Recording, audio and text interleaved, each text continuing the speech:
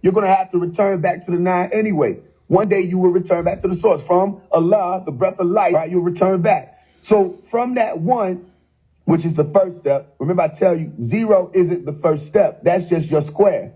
Okay, 0 degrees. The number 0 is 360 degrees, which is 3 plus 6 plus 0, which is 9. So that's your square that you're standing on, or your circle, as you call it. But if we're talking about in terms of degrees, it's the same. All right. So you start on the 1. That's where you start. Okay. So from that 1 on up to the 9, when you become an ascended master, that's when you're on your travels through this life. And there's so many obstacles that people are going to face, like we're about to break down this shadow hour. Okay. So many obstacles you face. It's like you ever been in traffic and the cars is stuck and they blowing their horns and you got people on the road too. They're going to have the road rage and they try to control it, but it gets intense. And you notice that in front of you, you have the setup is that you can't clearly see all the way in front, which is why when you're on the road and you're on the highway, you got to pay close attention to the cars that's in front of you. All right. And if their brake lights turn red at any given point, they're saying, yo, I'm slowing down. And they signifying to you that you should slow down also. Anybody ever told you, like my homie told me, that when you're driving on the road, you're not just driving for you, you're also driving for other people too, which means you have to be paying so much attention that when they're not paying attention, you can pay attention for them. Okay? But you got to be on alert. You be on your guard. And also, you have to be aware of the obstacles on your travels and keep your eye on the prize. All right? And let me tell you, that's one of the ways in this day and time, for all the people who claim awareness and wokeness, one of the ways that we can tell who we are, all right, or who knows what, or who's who in this day and time, if the presumed race of a messenger stops you from heeding the actual message solely because of your reserve or your ill feelings toward the race as a whole, then the spell of hatred is over you, family. And that spell is going to hinder you. And you won't be able to see what time it is. So I don't think anybody's confused about what type time that I'm on. I don't think anybody's confused about the fact that I have awareness and that I have multiple abilities and that I can break down multiple things, or I can have a conversation about pretty much anything they want to talk about on Clubhouse. So why would I stress a point like this? Why would I want to point out that racism has turned people away from Christ? Why would I want to point out that racism has turned people away from their own sciences or their own titles? And they shut down a whole different way that they could have had access to it. The devil wasn't able to remove the truth, is what I'm telling you. The opposition was not able to remove the truth from any of the books. It's still there, but you turn from it, okay? And then they turn away from that to sciences that were incomplete. You don't have master teachers out here that are willing to go and find the languages and break these things down. So that's a problem, which means you're getting incomplete information still. All right. And that's going to be an issue. So once you get past the race of Jesus and the ones around him in the stories, finally, you'll be able to understand that they weren't Caucasian. There was no way they were Caucasoid. They weren't melanin recessive. They weren't European. All right. And what you think Jesus looks like is because of all these 4th century and on up people who were so-called Christians who started to paint images of him. All right. Or to mirror themselves. And they would also try to replicate Greek and Roman images so that they could attract more people to the religion, which was growing. Every time you turn around and see these images on your churches and these books or these cartoons or these movies, all right, they were trying to instill that white superiority in your mind, okay? And people started to receive that, and then the ones who came into information will wind up happening, which is why I'm going to talk to you about their method, all right? But what wind up happening is what? People started to see it, peep the game, and they said, oh, Jesus can't be a white man. No, that's not a white. No. And then they turned away from the whole story instead of realizing that all they were doing was breaking the code, and they should have kept going. Once you figured out he wasn't a Caucasian, that's when you were supposed to uncover his true story. You weren't supposed to throw the book away because the book never said he was Caucasian. You weren't supposed to throw the dialect away or the languages away that led you to where you are. You were supposed to walk down that line. Don't just stop at there were no J's back then. What were the combination of letters that led for that sound? What takes you back to Aramaic, Hebrew? Follow the pathway, follow the language to take you back to ancient Kemet or to Nuwapu and see what these stories were actually saying and what groups of people they were talking about. You weren't supposed to stop, is what we've been saying to you and what we've been working on explaining, okay? But it's become all inclusive. That's the problem for people because it doesn't make sense, especially when you have stories of them saying, I came for this tribe and this tribe only. I came from our Father which art in heaven, but you are of your father, the devil, separated families. I will put enmity between her seed and thy seed. everybody's not the same people on the planet Earth. Okay? Which means that just because you have melanin dominant skin or melanin dominant gene, all right, doesn't mean that you're a god. And it doesn't mean that you're the devil either. The same way it's for Caucasian people who have melanin recessive. Not everybody's coming from the same family. Not everybody has the same genealogy. There's been so much mixing of the genes that you have a real problem on your hands when you're talking about who the family of the Anunnaki actually are. You have a real problem on your hands when you're talking about who Jesus actually came for. Who were your ancestors actually writing these stories for? Because it wasn't just the Bible. Let's tell the truth. It wasn't just the Bible. They spoke about it in the Vedic scrolls or the Vedic text. They spoke about it in the Bible, in the Quran. They spoke about it in the hieroglyphs, in the papyri. They spoke about it all around the world, these encounters.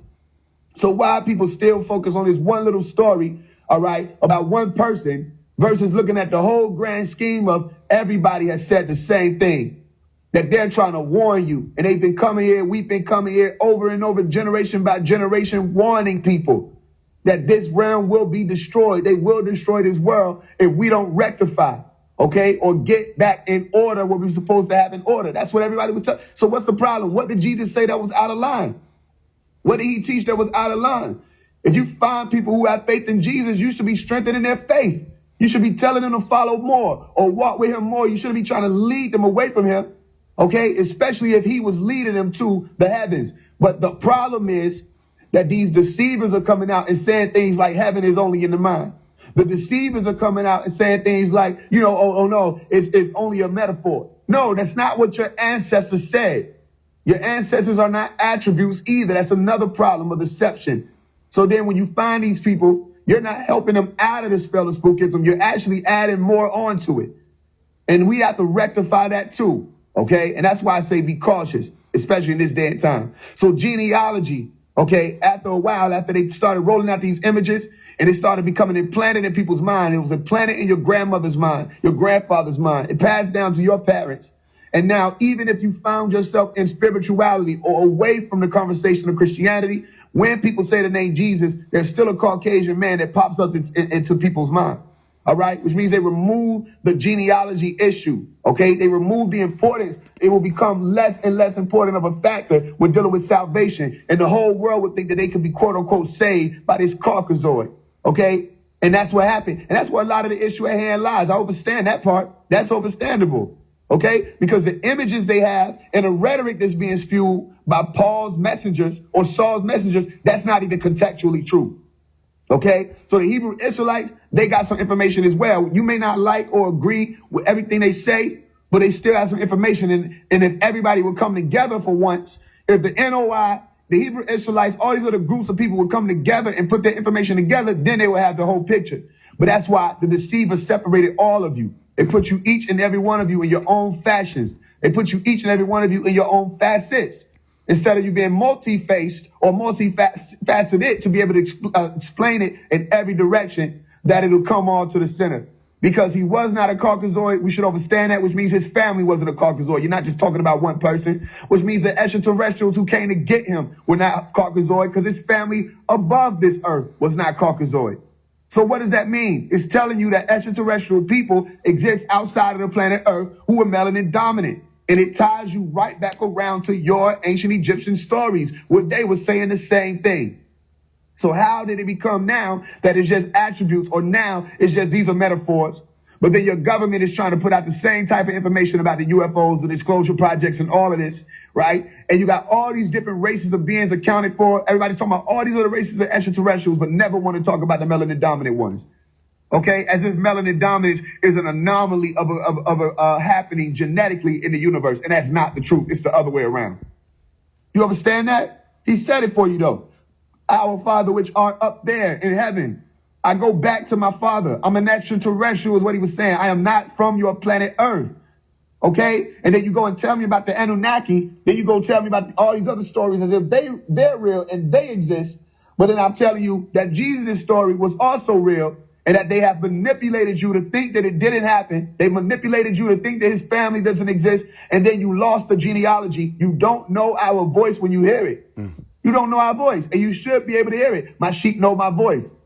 All right? You should be able to know the voice when it's coming through. Everyone said the same thing. Yo, you resonate in a certain way. Don't you know that they had the voice of the sound of many waters? They said it was the sound of many waters because we can hit multiple frequencies. Okay? Multiple frequencies. We can reach anybody, no matter who we're talking to. We could be talking to a Caucasian, a Mexican, no matter. We could be talking to someone who doesn't even understand our language. They will be able to feel the information that's spewing through us because we're in tune with the waters. Okay? That's how you will be able to know. Test every spirit with the spirit. Another thing they told you. You didn't read it. You understand? Most people didn't read it, is what I'm saying. And you know where the Jerusalem is, okay? If you want to talk about geography, it's right at the tip of Africa. The Middle East, they call it. But they don't want to tell you that that's still Africa, okay? It's like a little bitty smidget that seems to separate it, but that means climatically it's still the same. All right, it's still the same climate. Climate is still the same area geographically, and that means that it'll be the same people also. Which means what? Those were melanin dominant people. If there were any group of people running around at that time in that area, you know they weren't melanin recessive. Okay, you wouldn't send a melanin dominant person to go hide either amongst melanin. You wouldn't send a melanin recessive to hide amongst melanin dominant. It doesn't add up. So you have to start showing yourself and proving to yourself that these stories, first of all, how many people have ever heard it before? These people were never able to create anything. All these liars who came in the flesh of Caucasians, all these liars who came in the flesh of barbaric men who came and conquered lands. They never had anything of their own, no culture of their own. Anything that they ever had that belonged to them was barbaricism, all right, being savages. And we knew that. Historically, they went around and they dominated the worlds. We understand that, okay? So what will make you think that they can come up with this story? What will make you think that they will come up with anything? They can't come up with it. Even when they're making movies now, all they're doing is making replications of old movies. They have no creative bone. All these barbaric beings, they don't have the creative bone to come up with anything, is what you would say. So in the same breath, you'll say that, but then, okay, and then I tell you, well, they didn't create the Jesus story either. They didn't create the story of the Israelites. They didn't create this, and that there are hidden messages in each of these words and languages that through tone, the realm has expressed itself to try to get back to cosmic order so that you might find it or that you might uncover these things. And people are saying that now I'm making things up. Okay? So the descriptions that they claim are describing Jesus Christ. They give imagery of a melanin dominant man. And you should know that. You refer to Daniel 7:9, where it's I beheld till the thrones were cast down. That the ancient of days where they were sitting, they said whose garment was white as snow. Okay? And that the hair of his head like the pure wool. Okay? And if we saying his hair of his head was like the pure wool, it'll reappear again in Revelation 1:14. Well, that's debatable because they say white like lamb's wool, which that is a simile as it pertains to the adjective, the color. Okay? But as far as Daniel 7:9, if you're describing one of those beings, those ascended masters, or you call the ancient of days, likened unto the Son of Man, okay, well, then you're saying that they have hair like lamb's wool. Or pure wool, which is what? An afro, okay? Or what you call nappy hair, but it's really natty hair, natural, okay? Not kinky, kingly. Make sure you correct these people when they say these words, all right? And you can also see that when this person was coming through, what do they say? They said his throne was like a fiery flame and his wheels is burning fire. What does that sound like to you? The flaming chariots, or the fire chariots, or the chariots of God, or the lit, or the radiant objects, or flying objects, or chariots, or starships that everybody's been speaking about all around the world of the planet Earth. They never want to tell you about extraterrestrials being melanin dominant. It's my problem, okay? Because if they tell you that, you're going to know as soon as you tie all these things together, wait a minute, this is a real story. And you're talking about some of our ancestors. And if we don't know that, we will miss. They say that you'll be able to be full, even you who are elect. You have the genes of the electrified ones. You're on a whole different basis now. What do you think Dr. Sabi was trying to do by bringing y'all back around? What do you think Dr. York was trying to do by bringing you back around to activate your genes again? Because it's a sign, all right? Back to the lineage or the line or the bloodline of those who came in the spirit of El. You can find it in the word. You haven't heard this before, but I'll explain it to you. You can find it in the word where Dr. Sebi or Dr. Sabi, okay, even when you say Sabi or Sebi, it's two words you'll be saying. For one, you'll be saying the word Sabati, all right? And when you say the word Sabati, you're saying rest, all right, or to desist. But another word is hidden there as Sabi or Sabet.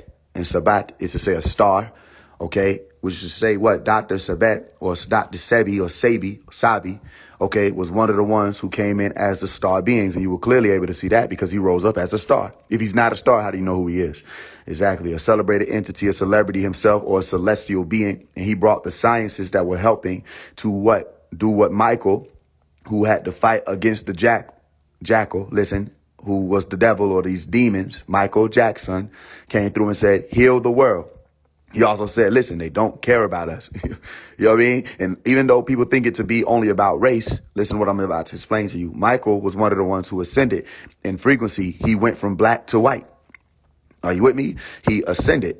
And before he left, he told you, he stretched himself out on the cross and he said, this is it. Are you with me? He said, this is it. And one of his songs, one of his biggest songs was Heal the World.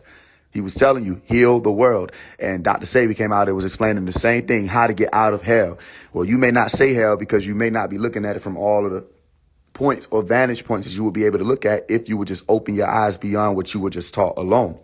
Look into all the different religions and walks of life and sciences, and you'll find that what Dr. Sebi was saying was the same thing Jesus was saying.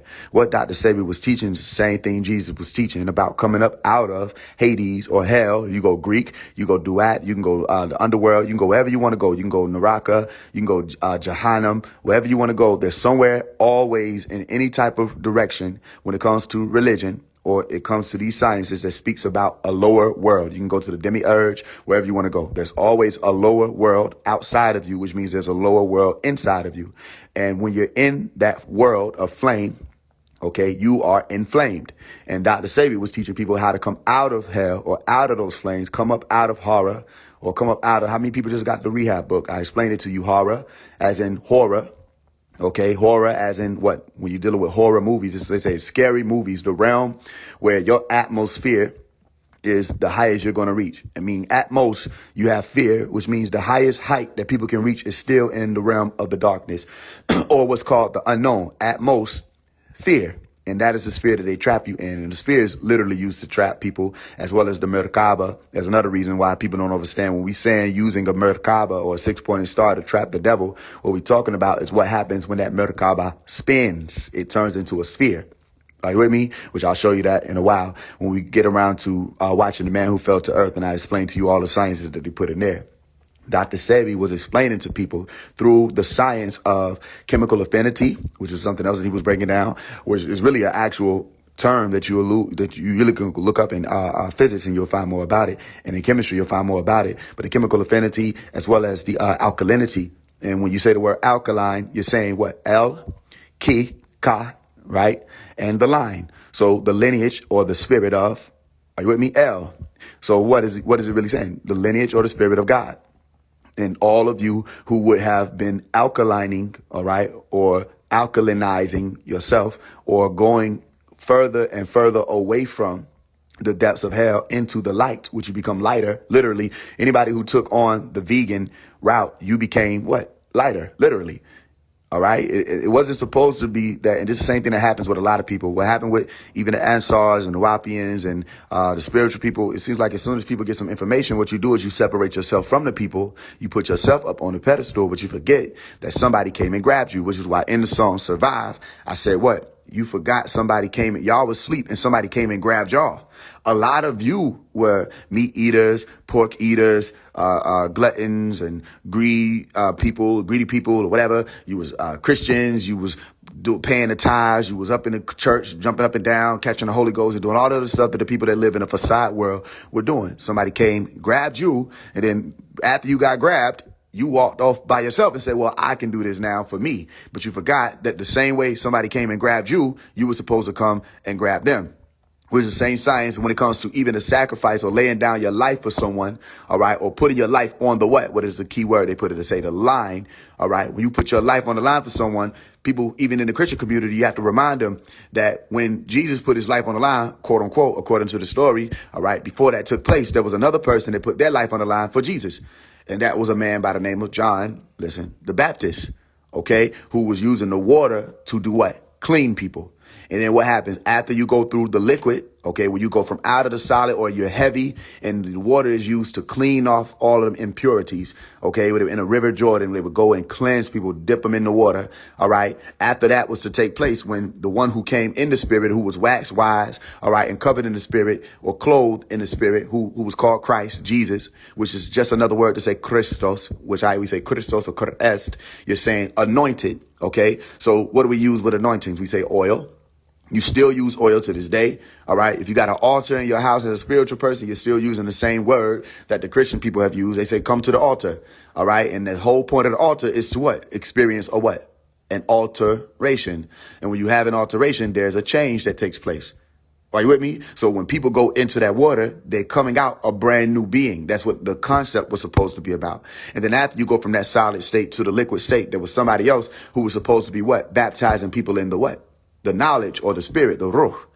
And then after you come out of that state, then you become like Christ, which means that what? You take up your cross. Did I make it up or is it in your books? You take up your cross. Now you're carrying your cross, as in you're carrying your staros. That's the real word you will be using. Okay. Which means you're what? A suspension device of a sort. You're carrying this with you, which is to say a burden. All right. Cause you know, what do they say? When you're walking in the same order that this person walked in, which was the order of the messengers of righteousness, to say Melchizedek. When you walk in the name of righteousness, Melchizedek, what do they say? That you will be persecuted. Okay. And all these other things will possibly happen to you in the whole book of Matthew. All right. Any gospels that was dedicated to that journey. All right. Which I say Matthew, just to keep it simple. When you go read the book of Matthew, you'll be able to see it. It's a journey likened unto the Masonic journey, where you have to go through literally the fire, and people spit on you. People shit on you. People do all these other things when you say you're going to take another route. All right. Or you're going to reroute yourself, which I'll explain that science in a second, because all of that ties down to what? The noesis, which we'll get into that too, because once you know Isis, things change in your life. And it's a real word. All right. When we saying to repent, you have to what? Have a change of mind. All right. And then you also have to know that the change of mind will also mean a what? A change of heart or spirit. Okay. And a change of body. All right. Everything starts to alter. Listen, when you start to release that anointing oil, all right, or oil or all, and you become like who? El. All right. Or like the other L's who taught the L's who became your leaders. All right. You look there, there's still an L there. And you say Christ. And again, that's Christ. And then you have a what? An attraction or an attachment that's higher at that point. You're more magnetic. And that Krishta word pops up in Sanskrit, which means attraction.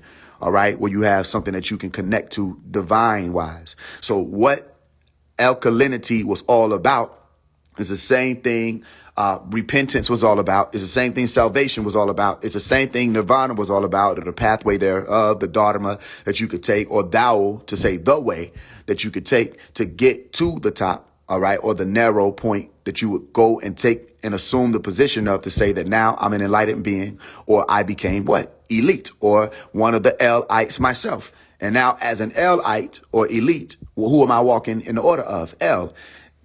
All I had to do was make sure that I was standing on the right L. Okay. Because again, if you read my books, you know that there's more than one Eli. Okay. There's an Eli that works for the amber light, and there's an Eli that works for the emerald light. And to keep it in simple form is to say you have people who come up on some information and they'll use it to be what? Snake oil salesmen. All right. Some people will use their information and their skills to be able to connect with you, or to be a salesperson. All right. And you say, Faise, who's a salesperson? I'll answer you and say everybody, because who doesn't have sales? Are you with me? Listen close. Everybody's a salesperson.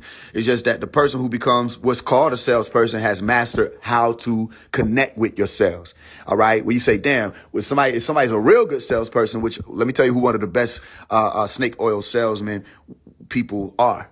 All right. What group of people are the best snake oil salesmen? You call them pastors. You find them in the pastures right outside your churches. Are you with me?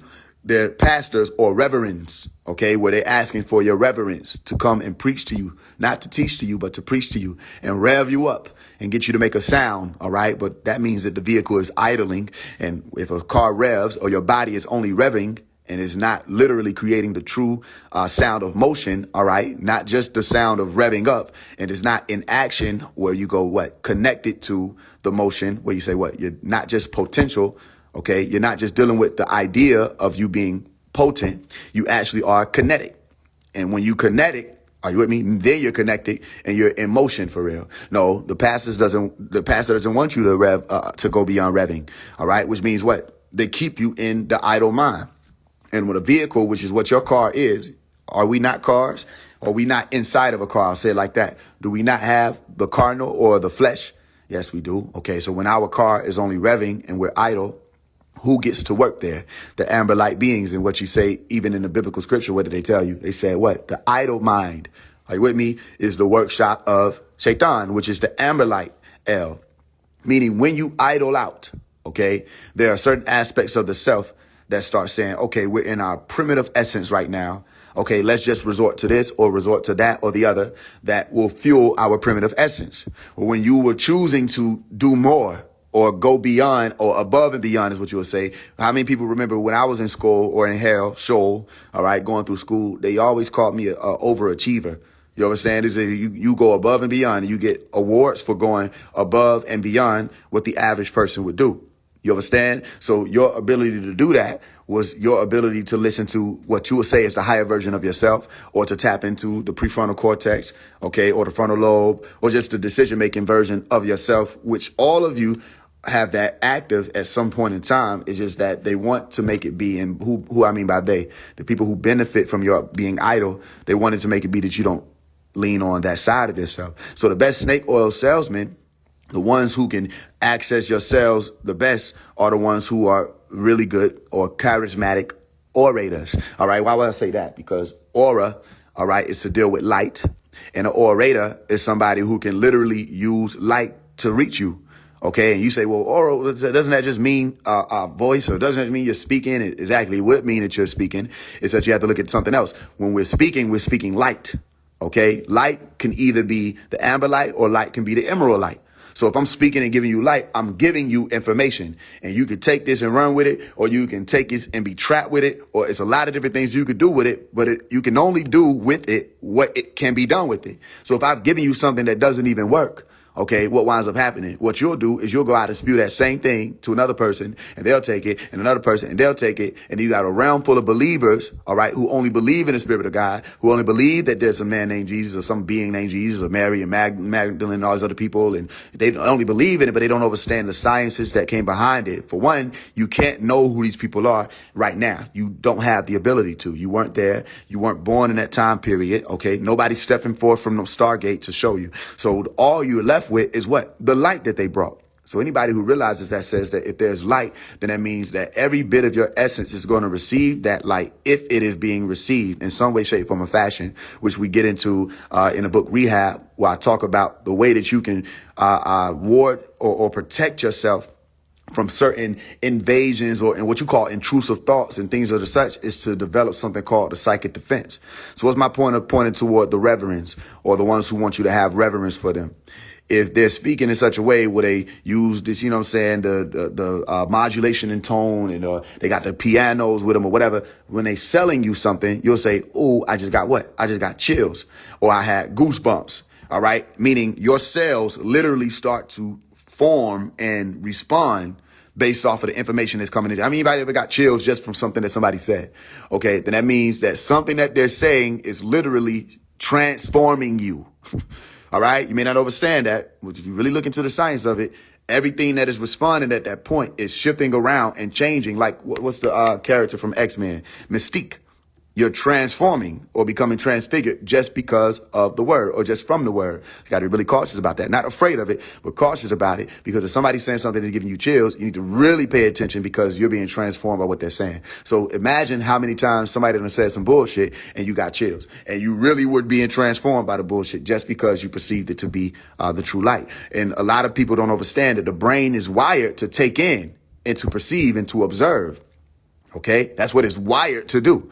And your body is wired to respond based off of your central nervous system and your peripheral nervous system, which all of this is still attached to the brain, the neurotransmitters, and what you're sending out from your central processing unit of yourself, of your own computer, right, which is your brain. All right. And if anybody read the Is the Computer God book, you remember I broke down in that book that which we're calling consciousness is only an epiphenomenon, all right, or a branch off occurrence of the brain itself. And experience consciousness as you know it without that brain. Even when you start speaking about, oh, we want to ascend and start accessing different dimensions and things like that, you still have to learn the brain to understand what's happening there, or you'll spiritualize it. Meaning what? When you go into a different state of consciousness, that's another dimension. When you start daydreaming, that's another dimension. When you go into a sleep or a deep sleep, that's another dimension. When you go into a coma, anybody goes into a coma, that's a different dimension. Okay. What do you mean by dimension though? What you're really saying is just a different state. All right. Which, if you remember, state is not to say a location per se, it's to say a condition. All right. If I taught this when I was speaking about the Moorish science, where you say a state is a status or a condition. Give me the status. What's your status or status? All right. And if you understand what the state is, now you know what the condition of something is. Okay. So if I ask you, what's the state of your home? All right. I'm not asking you to tell me if your house is located or home is located in Georgia. I'm not asking you to tell me if your home is located in Florida. I'm telling you, asking you to give me the information based off of what you already know of the condition of your home. All right. How is it operating? Who lives there? Is there water there? The lights on? Do you have food? What is the status or status of your home? Are you with me? So when people start assuming different states, they're accessing different parts of their brain. Once you explain it like that, okay, cool, we can kill all the illusion and delusion. We can even start to explain certain things like the hypnagogic hallucinations that I taught you about, or taught certain people about. Some of y'all might be new, all right? But when you go into different states of consciousness or observation, when you go into rest or waking up from rest, or enter into NREM, which is non-rapid eye movement, all right? And they can read these things with the electroencephalograms, okay, what you call the EEGs. They can literally read when you go into another dimension. And nobody can tell you you're not in a different dimension, all right. And let me tell you something. Anybody just trying to play it down, then tell them they need to research the targeted dream incubator technologies and all the different technologies they have right now that allow for them to access where you are. OK, even to put an image on the screen of what you're observing. Nobody can tell you you're not observing that. So here comes the question. All right. The question says, well, if somebody's able to observe it, how is light reflecting and where is the source of light? You understand? It will have to be in a realm where there has to be some source of light. OK, even if you wanted to say that the light source was themselves, then that means that that light source was emitting, traveling through some type of medium, whether it's air, water, wherever they are. OK, and it has to still bounce off of solid objects. OK, in order to give you an image or something. So you're not only telling me that there's a light source, you're also telling me that there are solid objects wherever they are, so that they can be able to see it. Another thing you're telling me that goes way beyond what they refer to in science as AVH. All right, which is just another way to say audio verbal hallucination. OK, this is a shorter way to say it. It goes way beyond that, because in a dream, you can hear sounds. In a dream, you can not only hear sounds, you can have conversations with somebody. Anybody had a dream, somebody walk up to you and start talking to you? They start having a conversation with you and you speak to. Let me ask you another question. Have you had a dream where you heard music? You understand? Music was literally, anybody artist in here ever wrote? I've written plenty of songs in my dream. OK, have you ever literally played music in your dreams? OK, or heard music in your dreams? I'm not talking about some outside music, get it in. I'm saying there was a source of sound in your dream. Anybody ever heard an explosion, a siren, a dog barking, a child laughing, a building crumbling, anything, a bird? Whatever. If you heard something in your dream, then guess what? That means there's also vibrations there, which means there still has to be solid matter in another medium for those sound waves to pass through. You are not just thinking about something. You're experiencing another dimension, which is why in the movie Doctor Strange 2, The Multiverse of Madness, what did they explain? All right. They showed you visually that when you're looking at one dimension might be held together this way. Another dimension might be falling apart. Some dimensions may not make what you think to make sense. All right. And some of you may not realize it, but a lot of times you went to sleep and you dreamed. All right. Or you had a dream and experienced a world that didn't make sense. OK, but it made sense to you while you were there.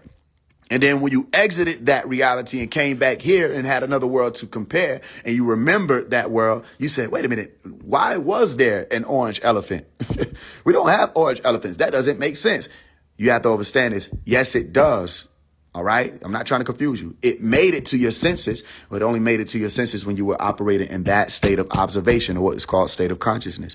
All right. And from that state of consciousness, everything that was making it to your senses was being registered. And there was no way you could feel pain. There's no way you could hear sound without some type of sensory input system set up in that body that you were using. OK, wherever you were. Are you with me? And there's no way that you're not seeing something if they can project the image that you're seeing on a screen. You're still seeing something. Okay. And that light, which they use you to take the picture, which means they're tapping into your reality. They use you to take the picture and project that image on the screen. Go look at what I'm telling you. Even with the targeted dream incubator, just to keep it simple, if they can literally inject thoughts into your dream, all right, or inject hints and suggestions into your dream, and it becomes a newer reality. They use this to help people with like insomnia, PTSD, anxiety, all these different sleep disorders. What was the apnea? All these other things that the people are going through when they're resting. All right. That causes them to have nightmares. All right. One of the PTSD was the reason why a lot of people were having nightmares. So they say, well, we could use this technology to stop people from having nightmares, develop these certain devices that can help them, and certain devices we can say, well, we don't even have to really touch them. We could just put the device near them and they can set it to a certain frequency or tone or setting. And that setting will go and give out what? Positive readings, which is just to say what? Your neural waves will be affected by something that's outside of the body, and it will literally go directly into your dream and manifest to say that, okay, because you're having all these dreams about being in shootouts, or all these dreams about something happening to your family, all these dreams, whatever the trauma is that's causing you to have this PTSD response, okay, and is affecting your sleep cycle, we can use this device to make it be that your dream realm is more pleasant. How? Well, they literally know how to program certain pieces of information that can be sent directly to you. And with incisions, okay, through their waves, they can create a new reality. It's the same thing you can do with lucid dreaming. If you really look into it, it's the same thing you can do with lucid dreaming.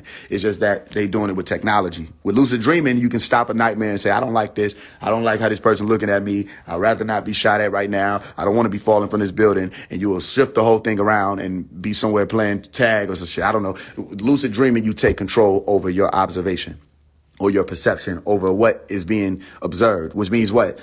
Anybody who has lucid dreamed before or has the ability to lucid dream at will, like myself, and some of you may have that. If not, then I tell people ways that they can activate that, and we can speak about that at a later date. But anybody who lucid dreams, you access a part of your brain or a part of your computer that says, I don't like this data, and you hack it and you shift it around and you create a new reality. You form a whole different reality on the spot. Okay, so you are a computer programmer, all right, or a hacker, all right, or you could just say what you're in the line of work of cybersecurity when you're having your dream. That aspect of yourself or that part of yourself says, I don't like this data. I'm going to shift these numbers around. It's the same thing they use their technology to do. Are you with me? So the whole purpose of repenting, all right, is to remember, for one, that somebody already came through, people already came through and taught these sciences in every religion, every walk of life. All our elders knew, all our ancestors knew that there was a way to get out of hell. Okay. And there's a lot of things we're going to break down in his teaching. I want you to remember that the reason why I started it off with racism turned people against Christ is because a lot of the people who are coming from the spiritual community, most of you are melanin dominant people, and you don't understand that you're wasting time arguing religion. That's a waste of time, because by now everybody should be on point about all the religions saying the same thing. All the religions are teaching the same thing. And anybody that wants to debate it, they have to step up to somebody like myself. Well, real quickly, that debate turns into a conversation of, yeah, you're right. Because I can find everything you're talking about in all of these holy books. There's not one thing you're going to bring up to me that will not be found in some way, shape, form, or fashion, from crystals, meditation, abstinence, celibacy, whatever, semen retention. You go to Galatians, wherever you want to go. The abstinence of the flesh, or the abandoning the flesh, the temptations, the spirit is willing, the flesh is weak. What do you want to talk about? You know, anything, polygamy, all the stuff that the spiritual people are talking about is all in these religions and books, and they had their own purposes and reasons for introducing it to these people at those times. So everything you speak of, all right, from even the mediums, the tarot cards, it's all there. Everything is recorded. Now, certain people were taught and told away from these things, and I understand why that is too, especially when you didn't get the basis of the sciences yet. And what tends to happen is you run into people who you don't know why they're there. Okay, you may not understand they're operating from amber light, but if you don't know how to, for one, guard and guide your throne. Okay, what is your throne? Your throne is your mind. Okay, if you don't know what do we say, even in Revelation chapter 21, he that sat on the throne, we'll get into that. All right, that's up there in the heavens. Okay, when you're dealing with the heavens of your body, that's your brain. You have to protect your throne. Okay, you have to make sure that enough air is getting to the throne in order for you. I don't think you understand. You have to make sure somebody said, pass the plate around. Somebody said that's a word. You didn't type it, but you said it. You got to make sure, listen, that there's enough air getting to your throne. All right. Or you'll have problems in your body. Enough oxygen, listen, has to get to your throne or your brain. All right. And you have to be able to stay in control. Okay. And as an heir to that throne, listen, and you have your heir to that throne, listen, and your heir is getting to the throne, what happens? The more you take in that breath, or what's called the life force, which is prana, okay, the more you take that in, you start being able to control the body more. I'm not giving you no spooky science. I'm literally telling you that every time you take a deep breath, when that parasympathetic nervous system is activated and your body says, I am centered, okay, that's the mantra. Your body says, I am centered, okay, you literally start focusing more. Okay. And you start thinking more as a God would, as in someone who was what? A G-O-D as in control, a ruler, a G-U-I-D-E as in somebody who could lead somebody else to be the same, and a G-U-A-R-D as in somebody who would be a protector, like a parent, okay, with their child, to say, I don't want you out in this world. I'm your guardian. Okay, I want you learning my way. I want you taking these walks and these lessons and these messages, and I want you to learn what the knowledge is. I want you to understand what the wisdom is. I want you to understand what the right knowledge, right wisdom, right understanding is. I want you to have an understanding of what it means to assume a certain culture and freedom. I want you to have a certain, some of y'all know what I'm talking about. So, it's certain things, certain walks of life that you have to go through to become live, all right, or a nation, all right, of what? Gods, listen, all right, on earth. Okay, and earth. Are you with me? So once you get to that point, what do you still see there? The word node or know. Okay, all right, N-O-G-E and know. Okay, is to say what? Knowing. Knowing is in Greek. Go look it up and you'll find it. That's why I tell you what, you have to know Isis. And when you know Isis, all right, say the word Isis. Okay, it's two things you're saying. You're saying you know Isis, okay, which is Isis, which is another way to say Aset, the Greek way to say Aset, all right. As in, I said what I said, and I'm going to paint the town green. When you know Isis, all right, you know Jesus. And what was being recorded? They said, well, if you know me, what did he say in the book of John? He said, if you know me, what do you say? You know my Father. All right. Once you know what that is, to say, I am the truth and the life and the way. He already told you what he was. I am the truth, the life, and the way. Once you know who I am, you will know the Father. I am the truth and the life and the way. No man will make it unto what? The afterlife, or to the upper life, or the upper room, or to heaven, or to the kingdom, all right, outside, which will be God's kingdom, but through me. You say, no one will make it unto the farther, all right? So is not the Father farther than the root? Yes, the Father will have to be farther than the root, which is why we said, come up out of the red door. And I said, don't listen to Insidious, okay? Because Insidious wants to cause you, listen, to be trapped in the red door. And the red door, or the red portal, or the red cycle, or the red loop, okay, is the root chakra. And they can keep you in the root chakra, all right? You won't ascend to the green. Are you with me? That's why, what does Doja Cat say? What? I want to paint the town red. Are you with me? And I explained to her, I said, look at all the stuff they're doing to your realm, your town. All right. Sexy Red says she wants to pound the town. All right. Or beat the town, or cause the town to be beaten, like what happened with Sodom and Gomorrah. OK, which is to say, destroy the town. All right. And they said how they would do it. How did they destroy a town? Well, here's the reality. Sodom and Gomorrah was destroyed before Sodom and Gomorrah was destroyed. Are you with me? Sodom and Gomorrah was destroyed long before we ever released any type of weapons on those cities. It was destroyed. But how was it destroyed? It was destroyed because the people lost their way.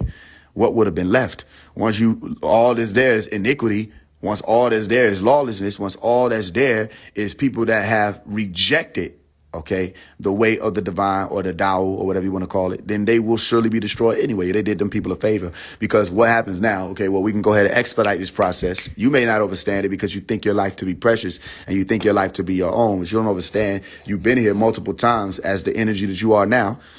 If you don't think I'm telling you the truth, I can show you the science of reincarnation and just the law of thermodynamics. That energy cannot be created nor destroyed, only transferred. And if there's an energy inside of your brain right now that's allowing for you to be conscious, then that energy was here before it became the configuration that it is now, or the composition that it is now. Every element of the self that became the self, all right, still had to exist. So whether you were a tree, whether you were a bird, a leaf, an ant, a piece of a rag on a shelf, wherever you were something here. So you have reincarnated or come back into a car of some sort or a vehicle of some sort, all right, in order for you to be here. Most of you. Some of you were not here first. That which is controlling your vehicle was not in this reality first. That's a whole different conversation. All right. So the bottom line is, for all of the people who can pay attention to it, when you start activating that higher self, all right, or leaning on that prefrontal cortex, and you say, I want to focus on my breath. I want to focus on more of what I'm feeling in the moment. I want to be more present. Okay, then you start ascending and you literally start becoming like God or the elves. And that's why we say know yourself. Okay. And to know yourself is another way we say meta knowing. Okay. If I say meta knowing, what are you saying, Faise? I'm going to show you the word. I have to actually pull it up for you so you know I'm not just coming out here just saying stuff so it sounds good. All right. I'm going to show you the word because what did I say? I said, look, pay attention. They came out with threads, right? I said, look, there's a rope right there. There's the reminder of the rope from my book, How to Love Again. I said, these people are on point or they reading my shit. Either way, all right, it's syncing up. Okay, watch this. You have the word meta, listen, noin. Meta, noin, okay? And this word right here means what? To change one's mind. That's where you have when the push comes to shove or shub, all right? When you say repent in Hebrew, shub, what are you saying? Turn and go a different direction, all right? And if I were to speak in terms of your neural pathways, this is what it means to rewire the brain, to turn and go in a different direction. It's literally called neural pathways. You with me?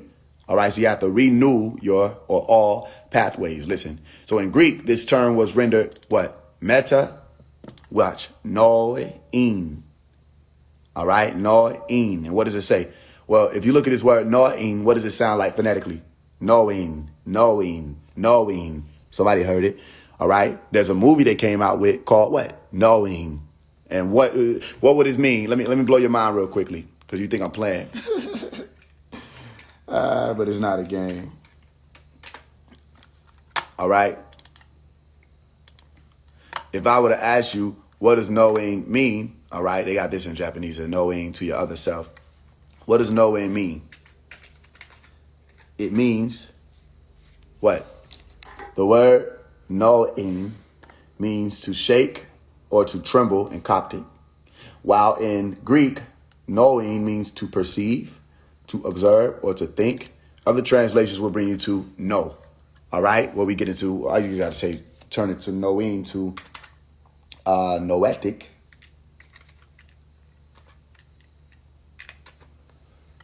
All right, thinking and reason. All right,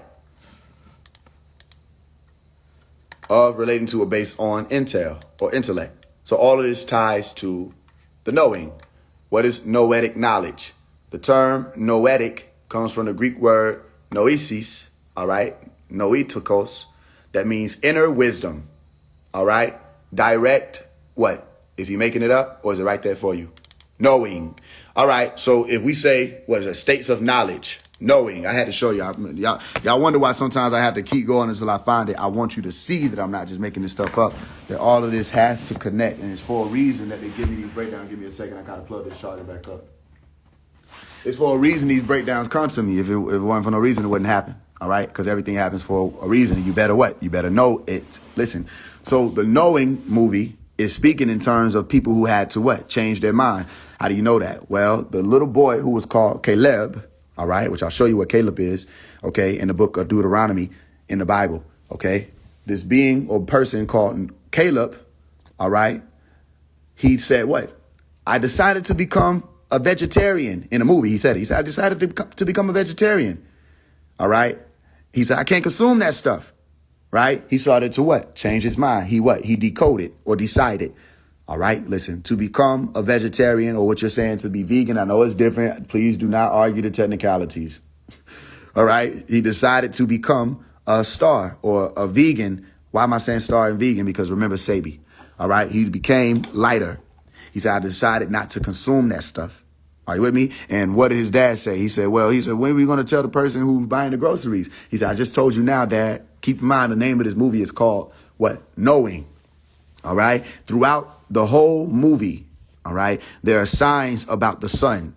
Throughout the whole movie, there are literal signs, okay, leading up to the sun where you have to know, okay, in order to be able to receive. How do I say that? Because there was a telepathic communication that Caleb and the other girl, I can't recall her name.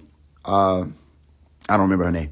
If y'all remember the little girl name, let me know. Well, Caleb and the other little girl who escaped the old earth. All right. They had the telepathic knowing or connection to whoever these Etherians were who were sending messages out. And they called them who? The whisper people.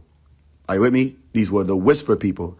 And the whisper people were bringing forth pieces of information that was helping them to guide themselves to the point of being able to what? Be made what? Free. And we say, you will know the truth. Not you will believe in me and get free. No, you will know the truth. And the truth will make you free. Yes, the movie was called Knowing. So my point is, when you're spelling it out, N-O-E-I, all right, or N-O-E-I-N, okay, Noe or noetic, you're saying knowing. And if you're knowing something, what does knowing mean, Faise? It literally means to know. So did we make a mistake? No, we didn't make a mistake. There's a science hidden right there. All right, so then what are we saying? We say noesis. To say noesis is to say noesis. What does it also sound like? It sounds like another science. Let me show you. All right. Because I can show you better than I can tell you. All right. Let's look at the noesis meaning. You have the exercise of what's called reason. All right. Functioning of intellect. Noesis. To perceive, think. It's still going to tie you all back around to the same shit. Thought. All right. Noes. Functioning of intellectual or cognitive. Listen. Processes. Origin of the word noesis, intellect, intelligence. All right. Mind, thought. Are you with me? So we have noesis, knowing, knowledge, intellect, reason. What does that look like? Noesis. It looks like what? Another word that was given to you in one of the schools of thought, which was what? Gnosis. And what does gnosis mean? Gnosis means knowledge of spiritual things. Knowledge of spiritual things, especially a secret, and superior knowledge limited to what? An elite few. Are you with me? Gnosis, knowledge. So you see this word no in gnosis, and you see the word no in noesis. So it's the same word is what I'm explaining to you. Noesis is the word noesis. Okay? And when you're saying noesis, you're saying no Isis, okay? And to know Isis, all right, when you finally understand who Isis is, you can make it up to the Father, all right? You know Jesus. And notice, they always ask me that. Do you know Jesus? Or do you want to know who Jesus is? No Isis, all right? Watch this right there. This J right here gives you that Isis, all right? So you know Isis. All right, or Isus, they say to know me is to know my Father. Are you with me? So once you know Isus, then you look at it again and say, well, there's still a word here that we're saying right here, Isis, as you say, or no Isis. All right, no Isis. Are you with me? When you know Isis, what does Isis mean? Well, let's look at it. Isis means throne. You said no way. I said, of course there's a way. There's always a way. And he said, well, I am the truth, the life, and Tao, or Tao, Teo, the way. And no one will make it up there unto the Father, all right, but through me. Well, what is the significance of the throne, and what is the significance of Isis? Well, I can show you that, because when you're saying the throne, what is the throne of your of Isis? Okay, well, you look at the image of Isis. Let's go to the images.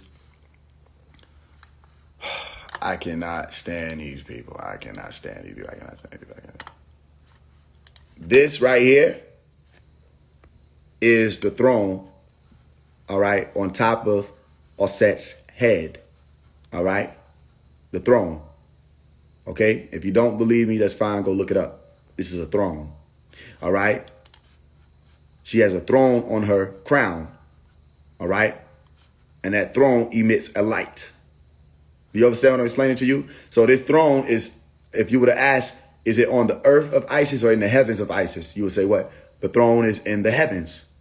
Okay? No one make it unto the Father, right here, but through knowing Isis or knowing Isus, which is to say the same shit. You'll learn what I'm explaining to you. Why am I saying that? Well, it's right there when we revealed it to you. What does it say? Queen of the throne. Watch this. Revelation,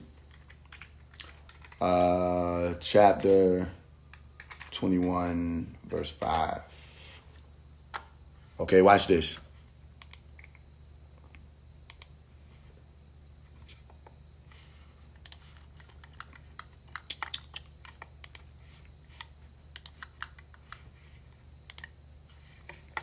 And he that sat upon the throne said, behold, I make all things new and new. And he said unto me, write, for these words are true, listen, and full of faith. True and full of faith. Faithful. He that sat upon the what? The throne. Are you with me? So this throne, Isis, is to still say that somebody was able to rise up and get to a higher plane. And why do I say that? Because this throne was coming from out of heaven. It wasn't just a random throne, literally. But you go back and read, what does it say, what? I, John, saw the holy city, New Jerusalem, all right, where you can find right here the word Horus, Herus, Heru, all right, or Herut, which means what? The God of the sky, or the God of also the sun, but it's God of the sky, Herut, all right? Heru, Horus, which also gives you, you just take this consonant and flip it, say Jesus. And you take this out here, say black that out, and say Erus, all right, or Erus, and you say what? This is none other than who? Isis. And if you say, okay, well, what about if I take this U and put it right here and take this E and put it right here and turn it to an I? Because these are how you can, remember I taught you this when I was 16 years old, breaking down what was called the Da Vinci Code, where I explained to you, all you gotta do is be able to take the consonant and the vowels and flip them around. So you take this consonant here and you take this consonant here, you can flip these around, all right, and interchange them. And you take the vowels around and you can interchange them. So you can find that this Erus gives you what? Eros gives you Eros, but also gives you, if you were to take this U and put it here and this E and put it here and flip it around to another vowel, which would be I, you get us, and take this S here and put it right here in the space of the R, put the R in the space of the S, you get a word Usir. And Usir is another way to say Osiris. Are you with me? And I'll show you why that's important, because who was Osiris connected to? A being by the name of who? Isis. Or Isis, where you see it, Erus or Isis, it's right here. All right, so you go Erus, Jesus, Herus, Horus. All right, you can go Usir, or you can go Isus. All right, which will give you the word Zeus. All right, there's a lot of ways you can flip even just Jerus around or Jeru around, Heru. So what about the Salem part? What does it say? Salam. All right, it's to say peace, or an abode of peace, like we say Dar Islam, or a place of submission. There's a million different ways you can translate that word. So to say salam or salam is to say Heru Salam, or the abode or abode of peace, or abode where the sun is at or the light is at, where you have the peace. All right. So Heru Salam, the abode of peace, or Daru Heru Islam. Okay, it's right there. Daru Islam, Heru Islam, Salem. So you see Jerusalem, New Jerusalem, by the way, New Jerusalem, coming down, meaning at one point, it was positioned in an upward position. It was up there. It came down from who? God, listen, out of heaven, prepared as a bride adorned for her husband. So what color or light was this coming through with? A bright white light, because the bride adorned for the husband comes in all white. Are you with me? Okay, so that's why you deal with the color of the wedding. The color of the wedding itself is white. Are you with me? To say that you've gone from a dark state to a brighter state. So what is this was being said? It came from God out of heaven. And I heard a voice, great voice out of heaven saying, behold, the tabernacle of God, listen, is with men, and he will dwell with them, and they shall be his people, and God himself shall be with them and be their God.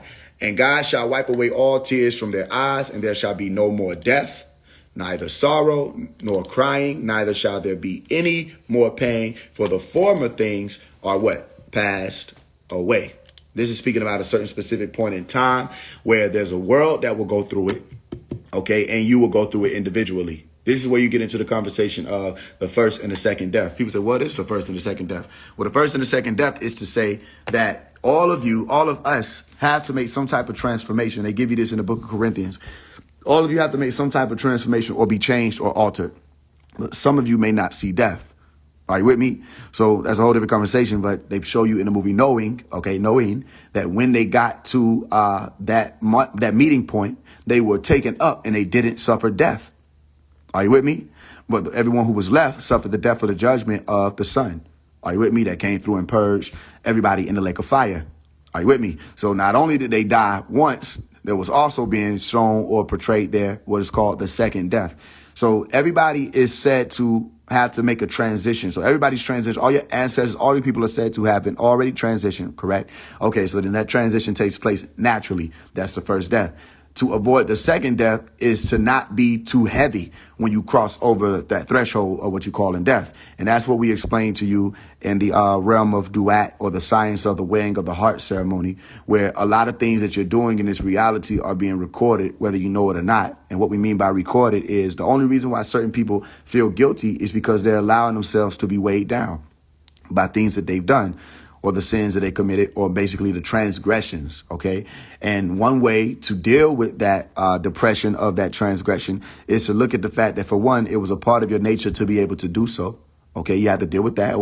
If you weren't supposed to be able to do it, you would not have been programmed to be able to do it, all right? So there was a part of you that had the power of choice, and you activated on that power of choice, whether you knew it or not, subconsciously or consciously, all right? You made whatever decision you made, all right? Which is why we even say ignorance of the law is no excuse. There's a part of you in your essence that said you could murder, that you could rape, that you could pillage, that you could steal, that you could lie, that you could shoot, that you could rob, whatever people have done in their reality.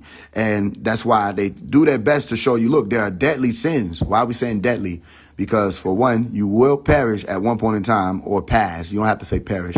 You will pass or transition at one point in time or the other, okay? However, if these sins that you've taken on are too deadly, all right, then there's going to be a second death that comes with that passing on. And that is when you're too heavy to literally ascend. Are you with me? So it's all science. The ancient Egyptians weren't speaking of some mystical reality. They were explaining to you the same thing they put in the book of Revelation, chapter 14, where they explain what? That those who were able to be received or be redeemed from the earth had no guile, no guilt. It's right there in the word, no guilt before the Lord. They weren't guilty. So when that judgment comes through, or that justice comes through, or that righteousness or ma'at comes through, you have to face ma'at, meaning your heart is on the scale. Are you with me? And you're weighing it against the feather, which is to say, are you going to fly or are you going to descend? Are you going to ascend or descend? Are you with me? When you have to face that, if you just deal with the fact that, first of all, you have the opportunity right now to be your own judge and not run from judgment. All right. You have the opportunity to do that now. That's why we say, look, repent. All right. Change your mind. Rewire your brain, because a lot of things that you've done, all right, have been logged in your brain, have been logged in your heart, have been logged in your tongue, have been logged in your reproductive organs. There are things, bodies, beings, aspects of the self that are still lingering in your essence. When you change your mind, you decide if you want to evict a motherfucker that's been living there too long, all right, or a part of yourself that you say can't stay here anymore, all right. You literally repent and change your brain, all right, which is why the salvation doesn't just happen at that point. There's a whole road that I say what you have to endure to secure. All right. There's a whole road that you have to walk on after that point, where as soon as you say you're going to get things right, then here come the demons. As soon as you say you're going to change the self, you're going to do better, you're going to rise up, here come the demons. And I'm not talking about just people. I'm talking about actual, literal, interdimensional beings who smell you. They say this person is breaking free. All right. And they literally come to try to and I'll tell you how they come in the form of succubi and incubi, as you call them, male and female beings who their whole purpose is to get you to submit. All right. Their whole purpose. If you're dealing with these beings, let me tell you something. For those of you who've been going on a 90-day journey, whatever many days journey, some of you have experienced this already. Some of you may not have. Some of you probably won't. Some of you probably will.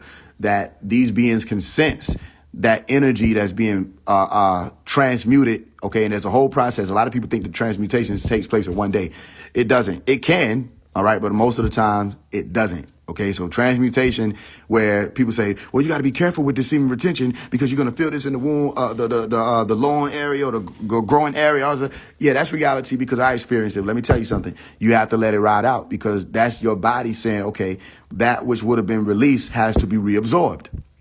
So you literally have to let it ride out some of the times. Or you can do your stretching, okay? Or something that I've been doing recently is stand on your head. Okay, you stand on your head, let the blood flow in a different direction.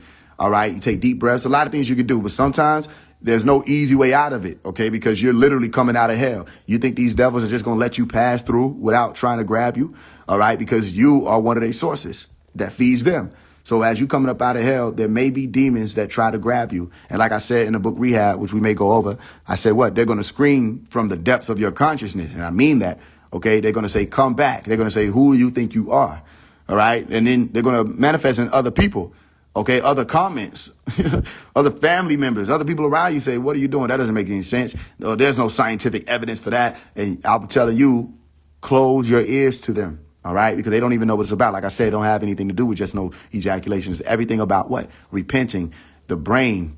Okay, look at what we on here doing. We're on here talking about it. Wherever the world is doing, whatever the world is doing. Right here, right now, we're talking about it. I don't know what you've done. I don't know if you failed. I don't know if you're still on the walk. I don't know if you're deciding to stay on the walk. I'm not here to judge you about that. I got plenty of people that DM me and said, I already failed. All right, only words I have for them is keep walking. Well, okay, if you failed, what are you going to do now? You're going to use that failure as an excuse to relapse or fall back into the old circle or the old lap or the old cycle. You watch NASCAR. Listen, the car of the NAS. Listen, why am I saying NASCAR? Because a car is a body and NES is Neshar or Nushar to say deception. But NES is also to say what? Nasut, or the realm of the material plane. And if you ever watched a NASCAR meet, all right, or paid attention to any of their races, what you say, we ever see, like the comedians make the joke about it, say, they're making a left turn. I think it was Jeff Dunham. They're making a left turn. They're making another left turn. They're making another left turn. Holy shit, there's a left turn. That's the cycle of life that people get stuck in, and they don't understand it because they're in the material plane caught. Okay, and if I'm making it up, then why is there such thing as a translation of chakra or chakra that says this is a cycle?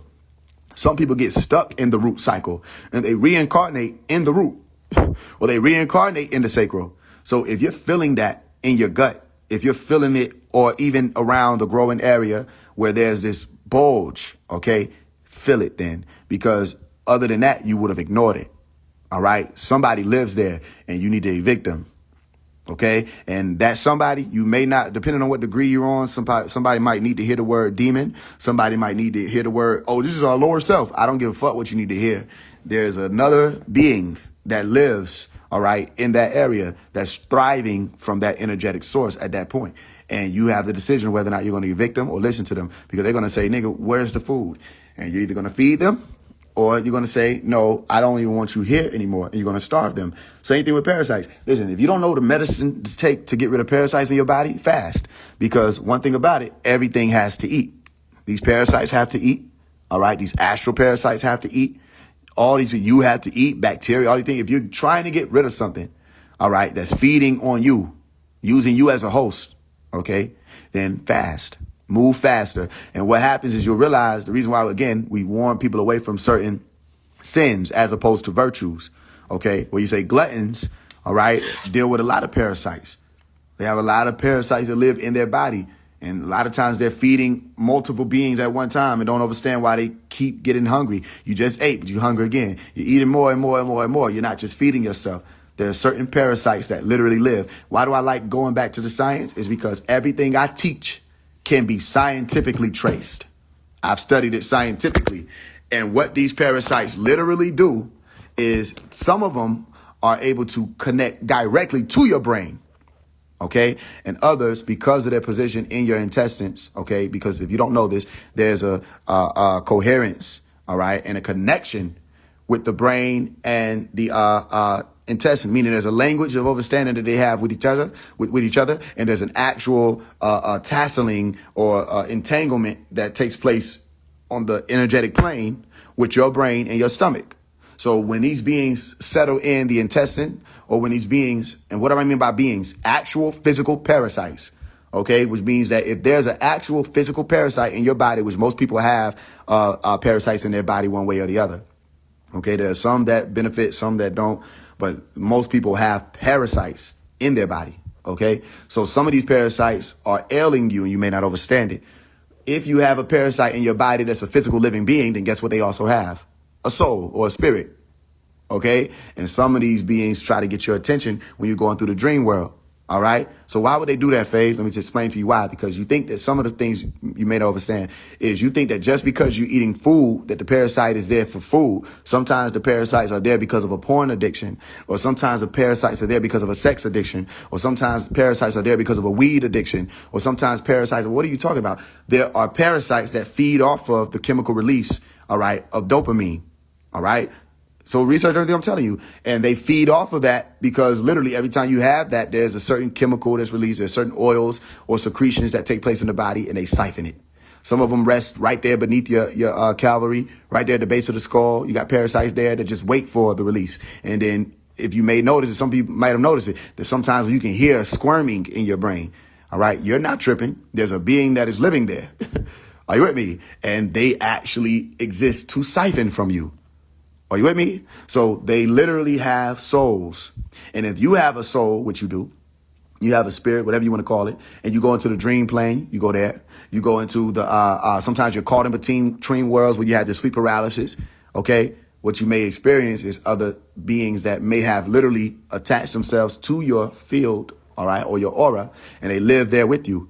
Okay, but you can evict them. That's my point. My whole point is you repenting will cause for not only you to evict these beings that are living there without your permission, all right, or with your permission, as a matter of fact, because even if you don't go into a contract on your own accord and you don't know, or you're not competent, you can still create a tacit contract with someone, which is just to say you do a contract and you don't know you're doing it. You understand? Or you could be, it's like the ignorance is there, so you don't understand that every action you're doing is really your complicity. All right. And they're still saying, okay, it's okay for me to stay here, because even though there's a part of yourself says I should stop doing this. All right. You listen to this other voice or this other being that's sending out information to you, say, what? Feed me this. And you listen and say, well, this being must want me to be here because it keeps feeding me. All right. The moment that it realizes, though, a lot of times these beings realize you don't want them there anymore. They a lot of times, oftentimes, will rebel and revolt and fight to stay alive. OK, now I've done this in real time where through my astral projection experience, I was able to reach into, and also my sleep paralysis experiences, I was able to do this, reach into my body and pull out parasites. And I'm not talking about literally like if you were to walk in, you would be able to see my hand going into my stomach. I'm saying you have something else called an astral hand. You mean astral hand alone? No, an astral arm, an astral elbow. You have astral nails. You have astral fingers. You have astral knees. You have astral toes. There are different body parts, okay, that still transfer over and register as body parts in the astral plane or in the dream world. Keep it simple. Go into the dream world. Don't you have a body? Don't you walk around? Don't you feel things? You have a nervous system, a peripheral nervous system. All right. You have sensory input, all the stuff we broke down before. Okay, cool. It's the same way with your sleep paralysis experiences. The reason why you think you're feeling something and hearing something is because you have a nervous system that's activated in that body. You have multiple bodies, by the way, but you have a nervous system activated in that body that's able to take in information.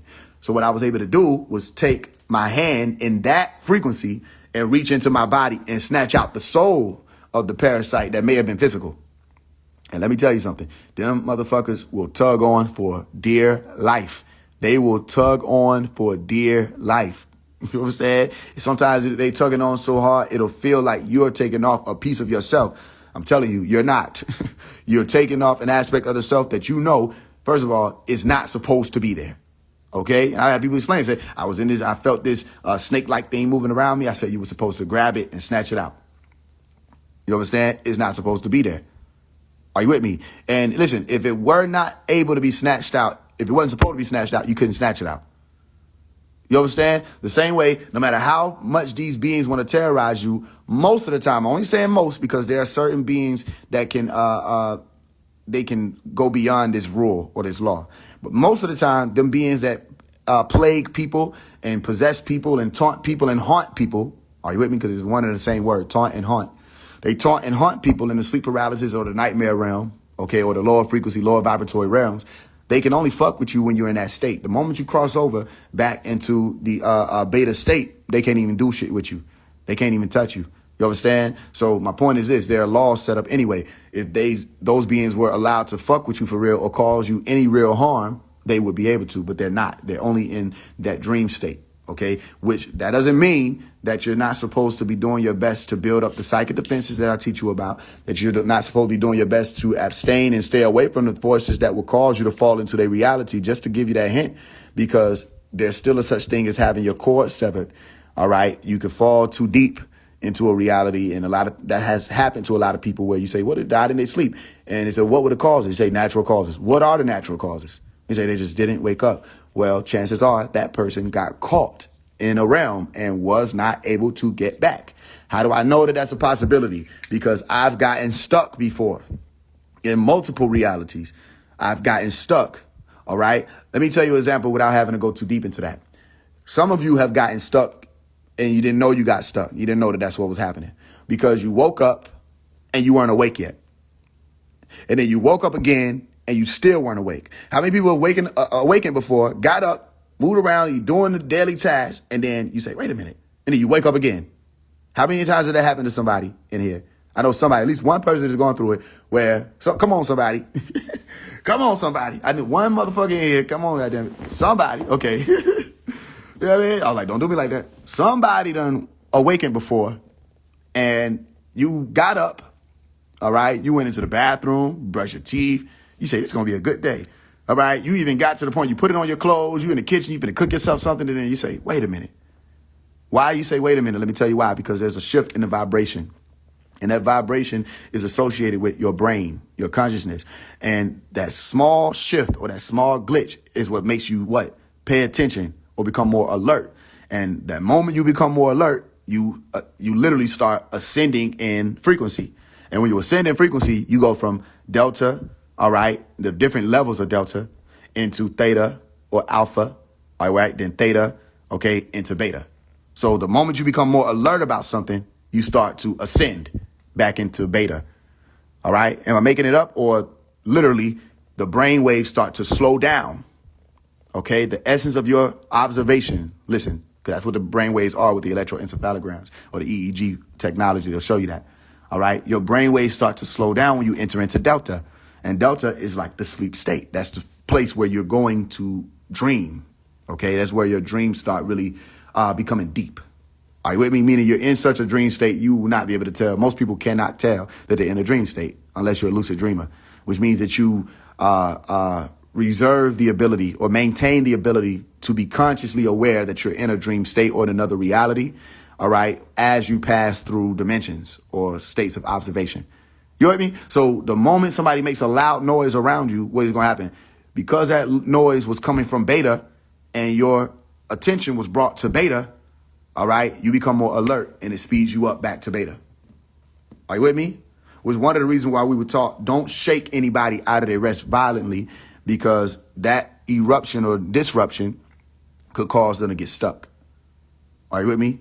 So don't take my word for it. Fine. You know, I don't want you to take my word for it. I just want you to remember anytime you may have had these types of experiences. If you haven't, then just deal with the possibility that these things do happen. And you do know about, at least if not, research it, the fact that some people don't wake up. Some people go to rest, and it's not to cause you to have any fear. I'm just telling you, this is your reality. Sometimes people go into the dream world and they don't return. So think about what I'm explaining to you. They go into a dream world and they're experiencing a world, but they don't return to this world. What's to say that they're not still in that world? You with me? Because you have multiple bodies that can do multiple things, and multiple parts of the brain that can do multiple things. So it's not like you go into the dream world and your body dies. Are you with me? Because your heart's still beating. Your brain takes care of that. Okay. Unless you're a sleepwalker, everything that's voluntary shuts down. Now, the sleepwalkers, there's still certain parts of the brain that activate, with the exception of the prefrontal cortex, by the way, because that doesn't activate, which means that they're not consciously, all right, aware of the fact that they're moving around and doing all these things. When they come back and they can't remember. They don't even know that they were making those decisions, which that means another aspect of the self or the body takes on a different type of consciousness. I know it gets deep, but there's a science to everything I'm telling you. None of this is no spiritual shit. It's all scientific. Okay. So when you really learn it, you say, well, there's a possibility that these people get stuck. There's a possibility these people can't return. All right. And that's why we would talk certain things like don't violently awaken anybody. You know what I mean? Be cautious of the realms you enter into. If you walk into a realm in your dream state and your hair stand up, exit. All right? Simple. Because the same way you got shit like intuition over here and basic instincts over here, all right? You have basic instincts that are advanced, all right, in that realm or that reality. Even your emotions, as I explained to certain people, I said, look, you go into the dream world, you know you're heightened in your senses because you'll feel pain, like emotional pain or sadness or happiness in a dream is amplified. Okay, you come back over here, you say, what the fuck was I even in love like that over there for? Or why was I even laughing at that joke? It wasn't even that damn funny. But your senses are heightened in certain realities. Okay? So it get interesting because here's another thing to take into consideration, that as you go into a lower vibratory world, you're still rising up in frequency. Okay, I know it's going to sound real. You got to bear with me on this one. Because time and all of that will still pass by faster. Okay, and you're in Delta, but you're not in Delta operating as Delta. It's only Delta to you because you're operating from your center in Beta. But that Delta becomes your Beta. Are you with me? And you think you're awake in that dream, but you're not really awake in that dream. You're only conscious in that dream, but you're not conscious that you're conscious in that dream. You feel me? So you're moving slower in your essence compared to here. However, you're moving faster because you just went in a different reality, and that reality becomes actualized for you. Are you with me? And that means the light is there, the sound is there, all of that. And you know that it's a faster reality because time moves faster in that reality. All right, than it does here. So you can dream. So you say, I'm going to sleep this off. I'm going to just go to sleep. And then, you know what I'm saying, it'll be the AM. When we were children, you know what I'm saying, if you're looking forward to the first day of school, what you do, you go lay down and you just go to rest. And you try to, but sometimes it keeps you up because you're so excited. But you know that if you go to rest and sleep through something, it'll speed up time. Is it really speeding up time? Truthfully, it isn't. It's just that from your observation, it is. So who could tell you it didn't? You feel what I'm saying? Time speeds up when you observe time speeding up. Are you with me? So when you go into the dream world and you're observing time speed up, okay, it's not speeding up for this body that's over here, which means that this body is operating off a different state of consciousness within itself. You with me? But over there it is. So to you, this realm is slow. But to us, that realm is slow, which is why when we pick it up on our readings, it's saying these waves are moving slower, delta waves. You get me? I send all of this to say that the repentance takes place in the mind. The ascension or speeding up in frequency takes place in the mind. If you go from delta to beta and you sped up in frequency, then guess what happens when you go beyond beta? You understand? Guess what happens when you go beyond these states you think is awakened, when your senses become heightened. And one of the ways I'm telling you can strengthen that awareness, because that's what it all boils down to, self-awareness. Even when we were just breaking down the science of noesis, it's still to say what? Self-awareness. When you break it down to self, all right, or meta, like I broke down the word meta-noein, all right, what would meta mean? Meta means beyond, but meta also means if I'm dealing with something based off of meta, I'm saying this is the thing that's pertaining to the thing itself. So it's self. Are you with me? I know people may not know that, but you go research what I'm telling you. Meta would be the self.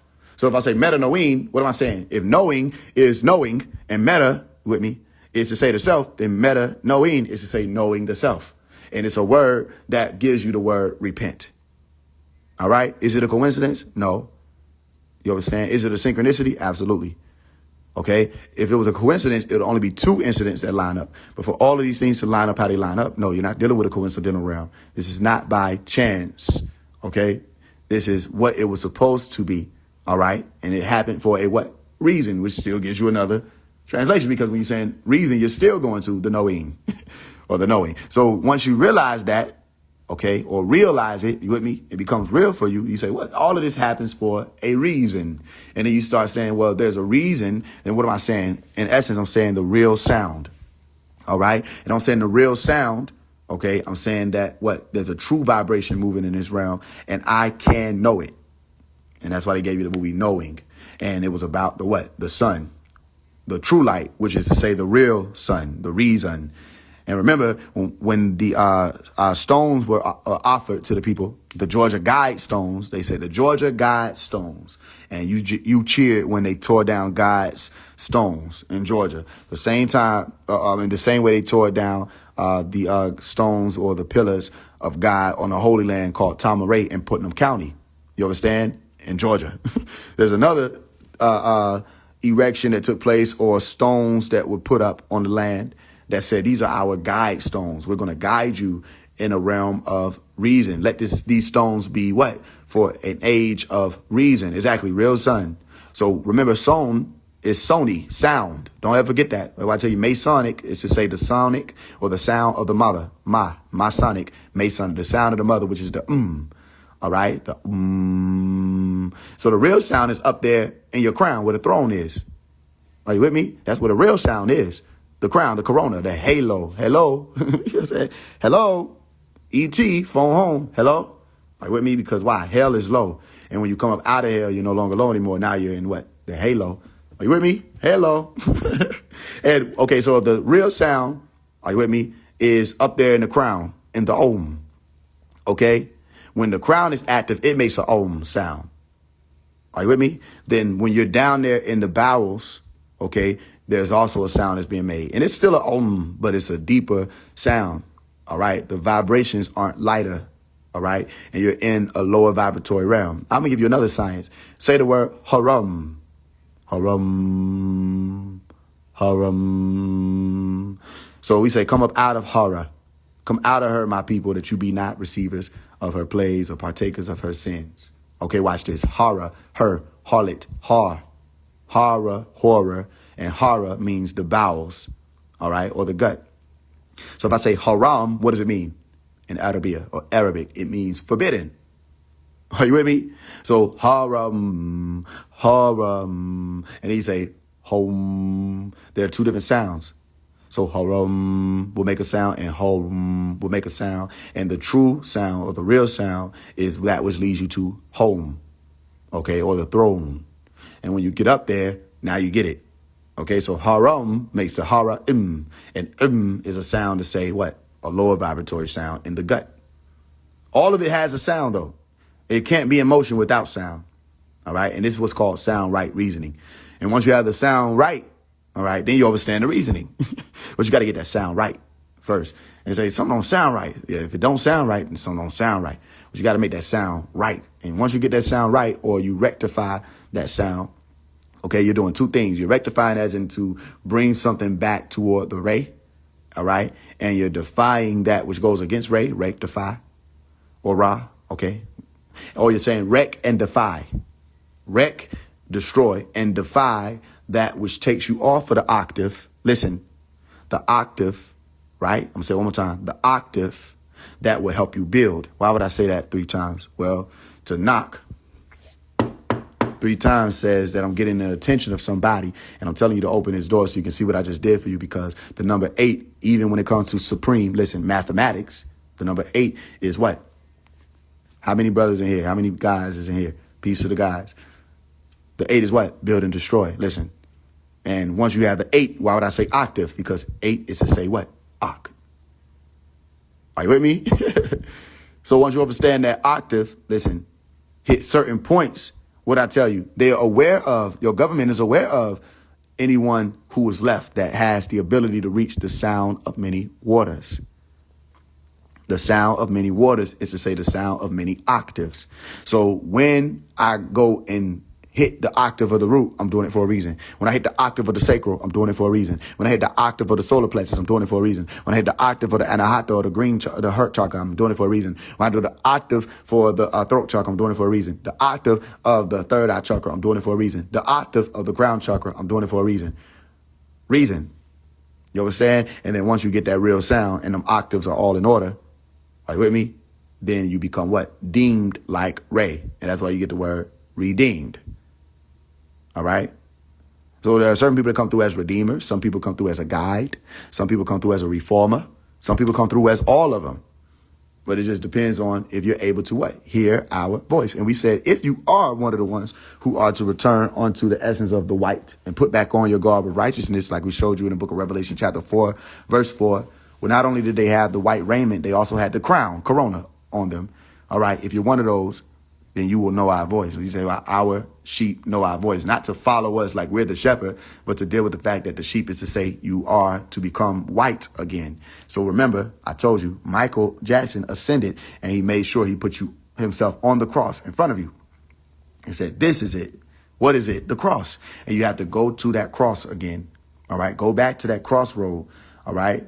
Go back up there to that crossroad. Don't come back down.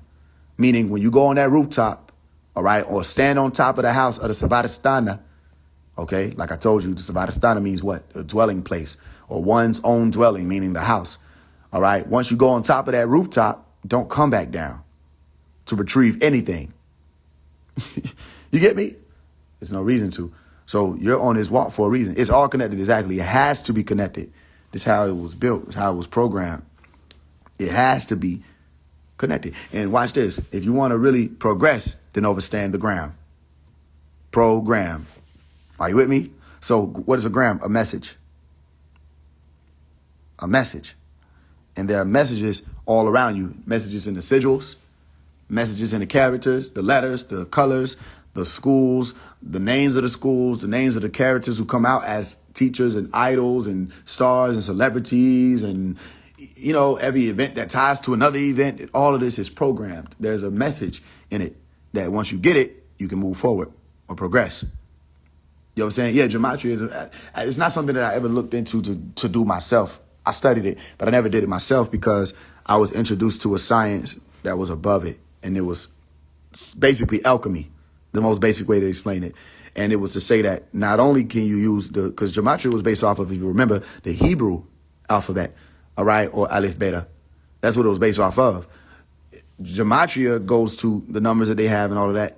The alchemy itself says the people, the name, when this person walked up to you in your life and you just met them, what color did they have on? You feel what I'm saying? I met a sister. I knew I was able to align with a sister by multiple things. For one, the name that the sister came up under, the color that the sister was wearing when we met, it was all different types of things. You feel what I'm saying? And key things had to be present. Or it's like once you get to that degree of mastery, you understand, oh, that would have never worked. Like I maintained literally to the point, I was a virgin for 20 years. And I know we say 20 years like that's a long time, but really you got to count the fact that the first 7, 8, 9, 10 years don't really count. So I'm basically a virgin for 10 years if you really want to deal with it. You know what I'm saying? Meaning before I was 20, all right, I was a virgin. And when I turned 20 and going on 21, before then I had ran into a sister that we went to school with. I broke it down in the How to Love Again book. But we would have never connected or collided if it were not for simple aspects, simple pieces that said this aligns. You feel what I'm saying? So you'd be able to read it and say, well, this word means this. This color that they have means it. What's their favorite color? It's for a reason. Okay, then what do they drive? You feel what I'm saying? Why are they driving that? Are you with me? Like the situation that happened with LifeWave and the other sisters and all the stuff that went down with that. I paid attention to the fact that the two sisters that were surrounding LifeWave was two sisters.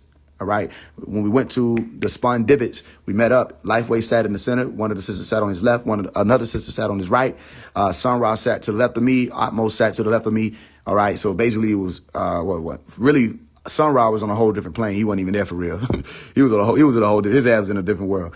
But it was me, Atmos, and across from the table there was LifeWave, one of the sisters to his left, one of the sisters to his right, and they both drove a Chrysler. Are you with me? I paid attention. I said, what are the odds? There are no odds. You have to ask that question, though, just so you remind yourself. There are no odds that both of them drove a Chrysler. You know, you may not know what these things mean, but that's the point. You're supposed to ask, and then it's revealed to you. And one of the mantras that you can, I wouldn't even say a mantra, one of the affirmations that you can hold for yourself, you say one and the same. Okay, it is one and the same, but the affirmation that you can hold for yourself when it's time for you to receive information, say, I'm open to receive. I'm open to receive, because a lot of people may not understand that the state that they're in, okay, a lot of times you're closed off from information, especially when you think you already know and you don't know, which is worse than not knowing. You understand? When you think you already know, a lot of times people close themselves off from what could have been revealed for them or to them. Okay, so I'm open to receive. I'm open to receive. You understand? That's if you want to find something out and you ask a question about it. So again, what is it about? Repentance. What is the repentance? You repent as in you change your mind. The literal meaning is to reroute when you say shub. Shuba. You know what I'm saying? When I tell you, when the push comes to shove. And I'm saying two things. When the push comes, shove. All right? When it's time, when you feel that force coming, shub or shub means to repent. And you change your mind. And if you don't know, by looking out and feeling out this realm right now, that the push has come, I don't know what to tell you, because the push has come. You are being motivated or urged in a direction of shubba or shub, all right, to change your mind, all right? Meta noin. Think or observe yourself is what it's really saying, literally in Greek. And if you observe yourself, what did Pythagoras say? Man, know thyself. All right. And you'll be able to understand all of the sciences of the universe or the celestials outside of you. It's where a lot of people get know thyself from. They don't even know that they're getting it from a Caucasoid, because there's a lot of times the same people who, I'm not saying that the Caucasoids was the only ones who spoke it, but a lot of people don't know that they're really quoting directly from a Caucasoid, Pythagoras, all right, who at least appears in this realm as a Caucasoid in Greek, all right, or in Greece, who was supposed to be some philosopher. Are you with me? So this philosopher left a statement to say, what? As within, so without. You will know yourself. All right, exactly. Think and observe thyself. And then you'll be able to know the realm around you. And vice versa. Are you with me? So check this out. Knowing means to think, observe. Knowing comes from when you observe and you think. That's why the first thing I did when I came on here, I played what? Racism turned you away from Christ. Racism, because a lot of people started to say, well, there's no way Jesus could have been white. And then you have to, it's like you really have to deal with this. What if the motherfucker was? Think about this. What if the nigga was Caucasian? What if there was a nigga named Jesus that was Caucasian? I'm not saying that it is, I'm not saying that it isn't, but just think about this real quickly. What if there was? What the message this person was bringing, would that be an issue? Was it really an issue when they're telling you to strengthen the spirit, when they're telling you to get your life in order, yourself in order, your affairs in order, handle people with love and care and all this other stuff? If they were really teaching that, would it have mattered that it was a Caucasoid? Would it have mattered that it was melanin recessive, melanin dominant? Would that really have been the determining factor of whether or not you were going to listen? And if you're going to tell me that that is the determining factor, then you're a part of the problem. Now, we already know the science and never recorded him to be a Caucasoid. That wouldn't even have made sense for the time period, the geography, or none of that. Okay, it's just that because people think that that's what it's about, they cut themselves off, again, from the sciences, thinking that they know what they're talking about and don't even understand that those stories were already recorded before the Bible ever popped up, before they ever put together that compilation book, which most of that is just Rome and the rest of their spins on shit with Paul and his epistles and, you know, all the letters he wrote and books, and he think this and he said, let me get this another character, Timothy, and there's there's really just, when you think about it, the most basics, okay, the basic information before leaving Earth was explained through every walk of life. All right. So it's like, it's not the race is not just what somebody was wearing and all this other stuff. That's a part of it. And that's why I tell you, look, it even backfires, because in all actuality, you still have to ascend, which means you have to still go from black to white. The whole purpose of the Moors teaching is to say what? You change your status, right? It means to change your state. And what do the Moors teach? You're not black, you're white. Okay, cool. So are you speaking to black people or are you speaking to white people? I'm not talking about race. When you're telling somebody they're not black, all right, that they're white, are you speaking to a black person or are you speaking to a white person? Meaning, are you speaking to a person who doesn't know self, or are you speaking to a person who knows self? Are you with me? Do you really know that? Okay, that if somebody comes up under this code or this color or this patina, all right, or this association, that may be for a reason, and you may not understand their reason. Can you deal with the person beyond just the word that's being associated with the person? Okay, like if somebody says, well, you call yourself black and you're dead, why would you curse them? You understand?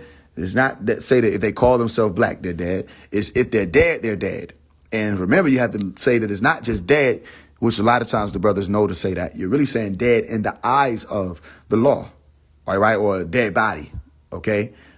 You know what I'm saying? That's what you're really saying, but you're not saying it to say that the person is literally dead. And I know they don't know. I know they don't say that the person is literally dead. But the point is, you're saying to them that calling themselves black is saying that they're dead, is to say that every time they call themselves black, you agree that it means they're dead. All right. Could you take control over the black word and shift the frequency of it? Do you have the power to do that? Well, you would have to have the power to do that when you really go into the linguistics and say, well, mar or more still ties you to the word black. It's like you really can't get away from that. So in all actuality, why would that be that? Because Moors or more come up under the red color, All right. Mars. Listen. And the war is to fight to get away from the black. Okay. Or out of the darkness. That's what it's all about. So what is the root chakra connected to? The ground, or the black chakra. Are you with me? So that's what it's about. So all this has to happen in the brain. Everything that I'm talking about, whether you say noesis, which the word noesis means to perceive something, right? And then gnosis means to perceive something or to know something. Both of these things are saying the same thing. And you say noel. Another way to say noeen is to say a word that means to tremble or to shake, which brings you to with the Islamic faith, where you say, well, you have the taqwa. All right, which means some people think it means fear, but really it means a tremblance or a reverence to what's called, or who is called, Allah subhanahu wa ta'ala, or Allah ta'ala for short. All right, your reverence to Allah allows for you to be humble, for one, allows for you to take that journey of being in the submissive state, all right, or in the peaceful state, all right, on your journey to be back into the bosom of that which is Allah, in the daughter of Islam, or in the heavenly place, or the peaceful place. Everything is saying the same thing. So if it were to say knowing means to shake or tremble, watch this. Well, I don't get it, Faise. Well, how does shake and tremble tied to knowing something? Well, if you go from the state of unknowing to the state of knowing, you just ascended, all right, or graduated if it took you a while, all right, but you ascended, okay, and went into a higher plane. In order for that to happen, you have to shake, meaning there has to be some type of vibration that causes you to ascend. If something ascends, it vibrates faster or it shakes, okay? If you were to take your hand, I'm not telling you to do it, but if you were to take your hand and just shake it and just keep shaking that shit, after a while, all right, it's going to heat up because you're causing the molecules in that hand to shake and tremble. And your heating up is your corona being activated. Your heating up is you becoming the elect or electrified, which is why I told you, what did I say? In the year 2024, by the number 9, which you say Nueve or November Nuv, by the number 9, if people are not electing themselves, we have a problem. You may think I'm only talking about presidency, but you'll understand when I roll out the campaign for God, when I say God for president. Okay. And I'm remember or remind you that precedence is to say precedence. All right. Not just president as in something that runs something, but a precedence as in what are the grounds, which is to still say something that runs something, or the realm that is operating at that time. What's the precedence here? And when you set the precedence, you say God for precedence, then you say what? I will make all things new. And you're calling forth the same way you've been told to call forth when they gave you, or people who came from the Christian faith, they gave those people a prayer. All right. Or what? The heavenly prayer or the daily prayer. All right. We say what? Our Father, which art in heaven. All right. Thy kingdom come, thy will be done on earth as it is in heaven. Okay. Well, you're saying to that kingdom, God's kingdom, to come to earth. All right. Where is the kingdom? It's in heaven. That particular kingdom. All right. The kingdom or God's kingdom. Now, you already know the kingdom of God is inside. All right. And as we explored the other day, they said that the kingdom, okay, is inside and outside in the Gospel of Thomas, which we went over on Uma's Live if you were there to catch that. All right. One of the brothers brought that forth. So look at it like this. When you finally understand, okay, this repentance takes place in the brain, then who can stop you from repenting? And ask yourself a question. Why would you not repent? Okay, watch this. If I explain to you all of this about the word repent, I didn't make it up. I went, Googled it, showed it to you, said, look, it's all right there. If I explain all of this to you about the word repent, why would you not repent? In a time where you look around, everything, all these things are going on. People are losing their mind. People don't know their left from their right. Motherfuckers is worried about hamburgers, cookies, and cell phone sounds, right? You might need to repent, because changing your mind means that you won't be a part of the people who are going through the turmoil. You won't be pulled off of your straight and narrow, meaning distracted. Because remember, attract, all right, is a track as in something that is aligned to carry a vehicle. All right. And also attract as in a time period. All right. And to distract someone is to throw them off of their track, meaning to pull them out of their alignment, throw them out of alignment. OK, meaning what? They were meant to be on this line and you took them off of it. All right. And if you just say alignment, the word a is a prefix to say against something. Alignment is say you're meant to line up with this, but you go against it. So if somebody pulls you out of alignment and distracts you, you with me, with these fucking hamburgers and shit, then, you know, They're a part of a realm of turmoil, a realm of distraction themselves or confusion themselves. You don't have to be. That's why I tell you, current events should not control your life. Current events shouldn't control your life. If you get in control or strung along, and I'm saying that for a reason, strung along or chained along by current events, all right, then you're not present. You with me? Because every instance, listen, that you thought was the now happened so frequently that you don't understand all you were doing was frequenting, listen, different areas on a timeline that you did not shape, form, or fashion. You understand? You have no say-so in it.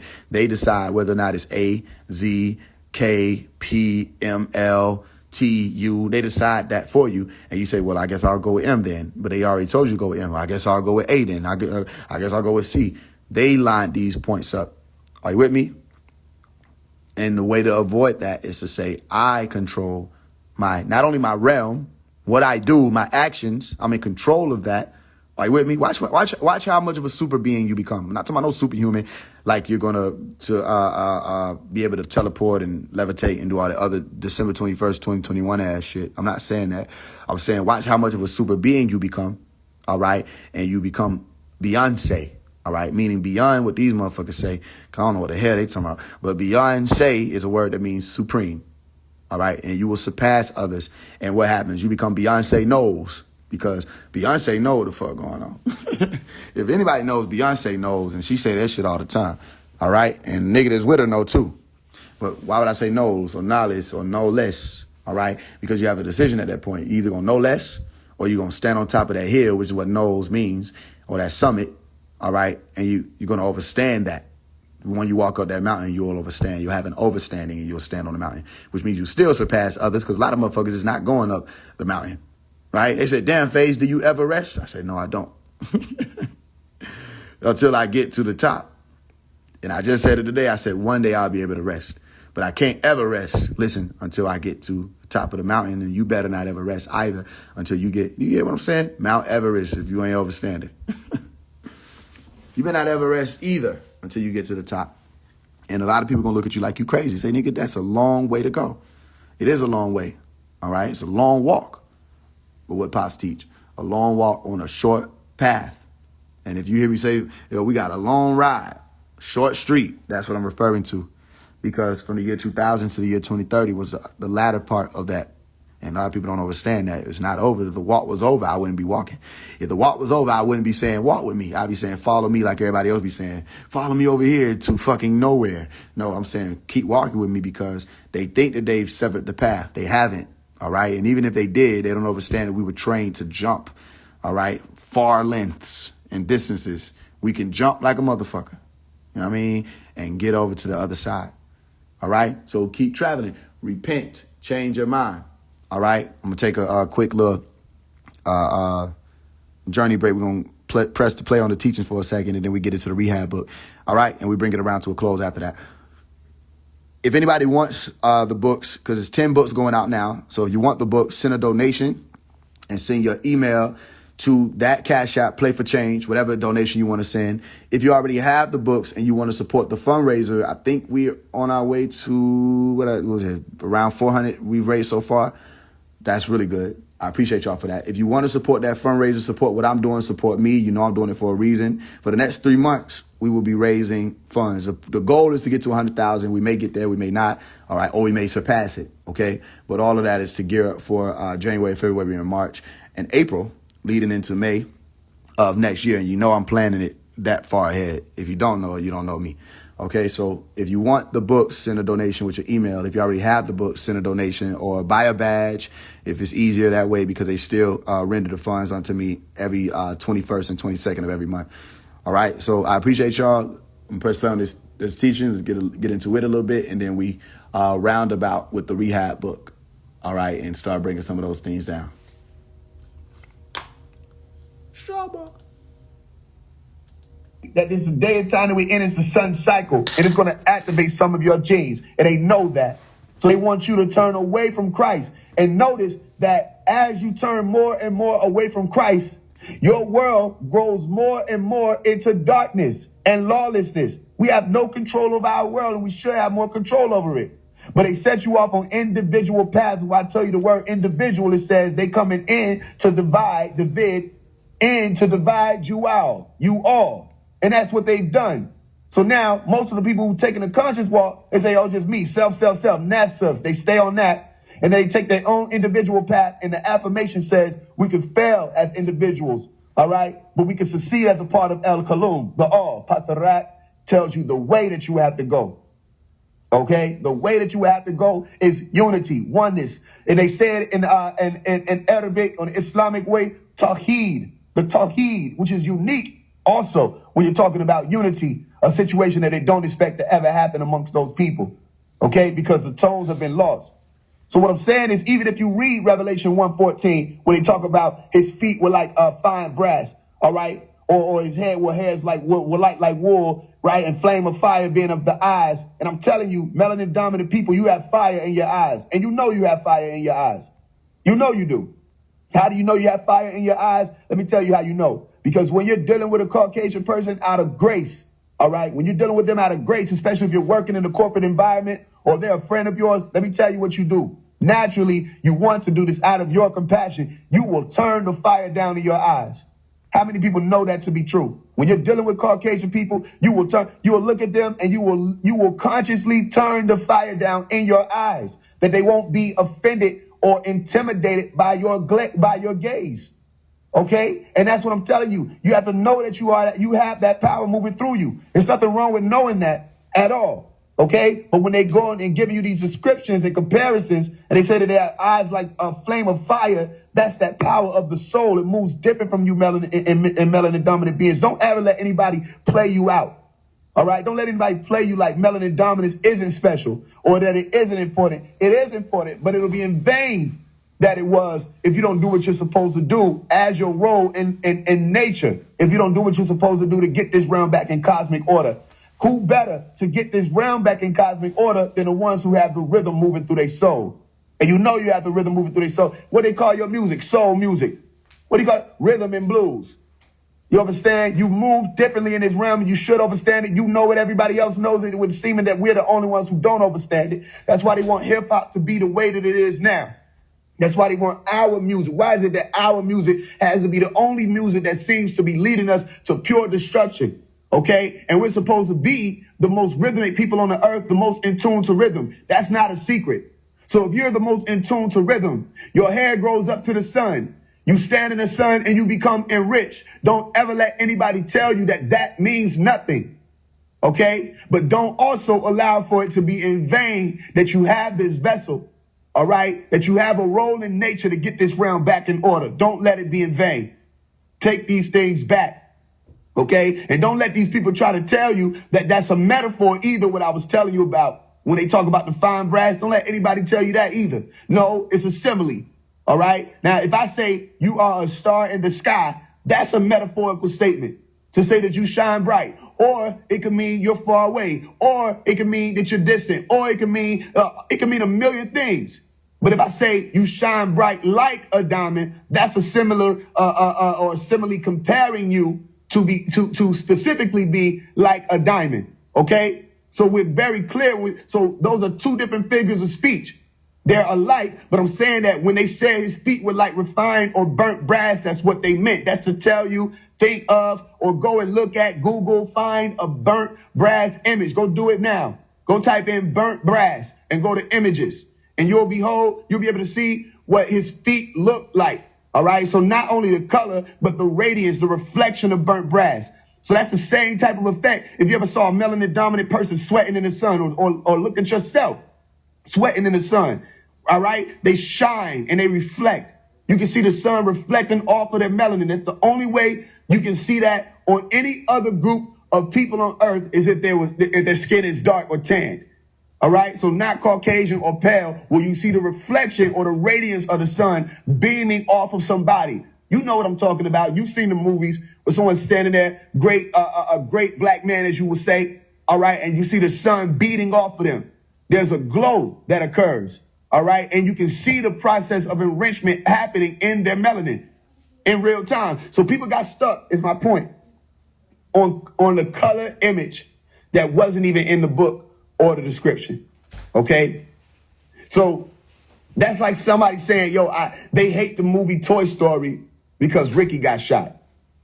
You know what I'm saying? It wasn't even, that's not the depiction at all. The image of Christ that you see has nothing to do with the chronicling. It has nothing to do with the story. That's them deceiving the whole world just like it was written down that they will be able to do. And if you don't have any clue about the extraterrestrial part of this conversation, then you'll be among the people that's full on both sides. I'm talking about both sides. Facts. And they said it would happen. You can refer to Revelations 12:7-9, all right? Or you can go Matthew 24:24, where it says, for there shall arise false Christs and false prophets, and they'll show you great signs, and they're going to show you all these great wonders. And they said if it was possible, that they would be able to deceive the elect themselves, the very elect.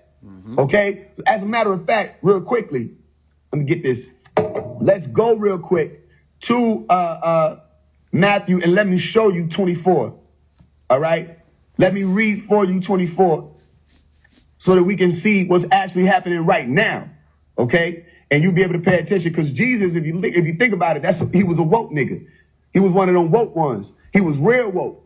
All right? A leader of the consciousness. Okay? Or a thought leader, whatever you want to call it. Not somebody that was accepted amongst everybody and all. No, they hated him. Sound familiar? And here we go. Matthew 24, I'm going to read it for you. And I want you to pay attention to the symbolism and the signs and the things that I'm going to be saying to you that can show you how important this person is. Okay? No matter what name you want to call them, that's a whole different conversation. But him and his family, they're important to this story. And they're so important that you can't remove them, because they're not just in the Bible. They're everywhere, all over the earth. Krishna, all these other people, redeemers, reformers, coming down out of the sky, down to the planet Earth, saying the same thing he's saying. Okay? So Matthew 24, and Jesus went out and departed from the temple, and his disciples came to him for to show him the buildings of the temple. And Jesus said unto them, see ye not all these things? Verily I say unto you, there shall not be left here one stone upon another that shall not be thrown down. And as he sat upon the Mount of Olives, the disciples came unto him privately, saying, tell us, when shall these things be? And what shall be the sign of thy coming and of the end of the world? Let's stop right there. They're asking him, they know for sure that there is a coming of the end of the world. They are aware of that. Okay? But they want him to clear up for the future purposes. So what are they asking for? Really, if you want to be serious, okay, they're using Jesus as some sort of medium, like they say divination, all right, to access something about the future. And he was allowing for them to know what those signs would be. Doesn't mean that it's evil, but he was letting them in on when they were supposed to know. But he said it in a way that most people wouldn't be able to understand, all right, unless you were paying attention to the rest of these stories. And I can break it down, all right, but maybe we can take a whole nother room on Matthew itself and show you how the prophets have or the prophecies have played out exactly as he was uttering, that people didn't even think was a prophecy book. Okay? All right. So he said what? He said unto them, take heed that no man deceive you. Why was that important to start that way? Why? Well, because everybody's going to be talking about, they know when the day is going to end. The world's going to end. All this stuff, all these other prophecies and things supposed to happen, 2012. And now you got people who are just repeating now. They're repeating Malachi York. They don't want to pay homage to him. They don't want to say anything in his direction as far as light. But then they'll talk about the Agenda 2030. Where did you get Agenda 2030 from? Because it's in the Holy Tablets. Where did you get it from? The Seven Thunders. Where did you get these things from? Now everybody's screaming Agenda 2030 now. Go look up Dr. York Agenda 2030. I promise you'll be able to find what I'm telling you. Okay? So they're not the ones who received it. So what are they talking about? Then they're doing rooms on it. And I'm saying again, that's still him. I'm telling you to go to him and see what he said. Someone who was also in tune with these people. And for some reason, here's the weird thing. For some reason, when you're in these rooms and dealing with people, I think that they think they're the only one who is supposed to have some sort of ability. Because as soon as you pull up other people's abilities and what they've been able to do and show their works for, this is just a belief system. Now it's just anybody, you know what I'm saying, that I'm talking about or trying to show you to, I'm just making this up. You think you're the only ones who, first of all, these people don't have the abilities, but let's say that they did. They think they're the only ones who did. All right? You're looking at all these stories that are showing you evidence of people who also have the abilities that you're claiming to have. And it's still confusing the people. You understand? So what did he say? He said, take heed that no man deceive you. Don't be deceived by these false prophets, these false messengers. All right? For so it said, many shall come in my name saying, I am Christ, and shall deceive many. There are two ways that you're able to look at that. Many shall come in my name saying, I am Christ, and shall deceive many. All right? Don't let people trip over quotation marks or any of that. I am Christ. They're saying that many shall come in my name and say that he is Christ. All right? So a lot of the deception came from the Christians first, because they were saying that he was Christ. Come on. And said that they would deceive many. Those people who come in that name. So if you're confused by what I'm saying, a lot of people would say that they were going to come in his name at one point in time, and he was going to say, depart from me. I don't even know you. Get away from me. You're a worker of iniquity. I don't know you. All right? I never knew you.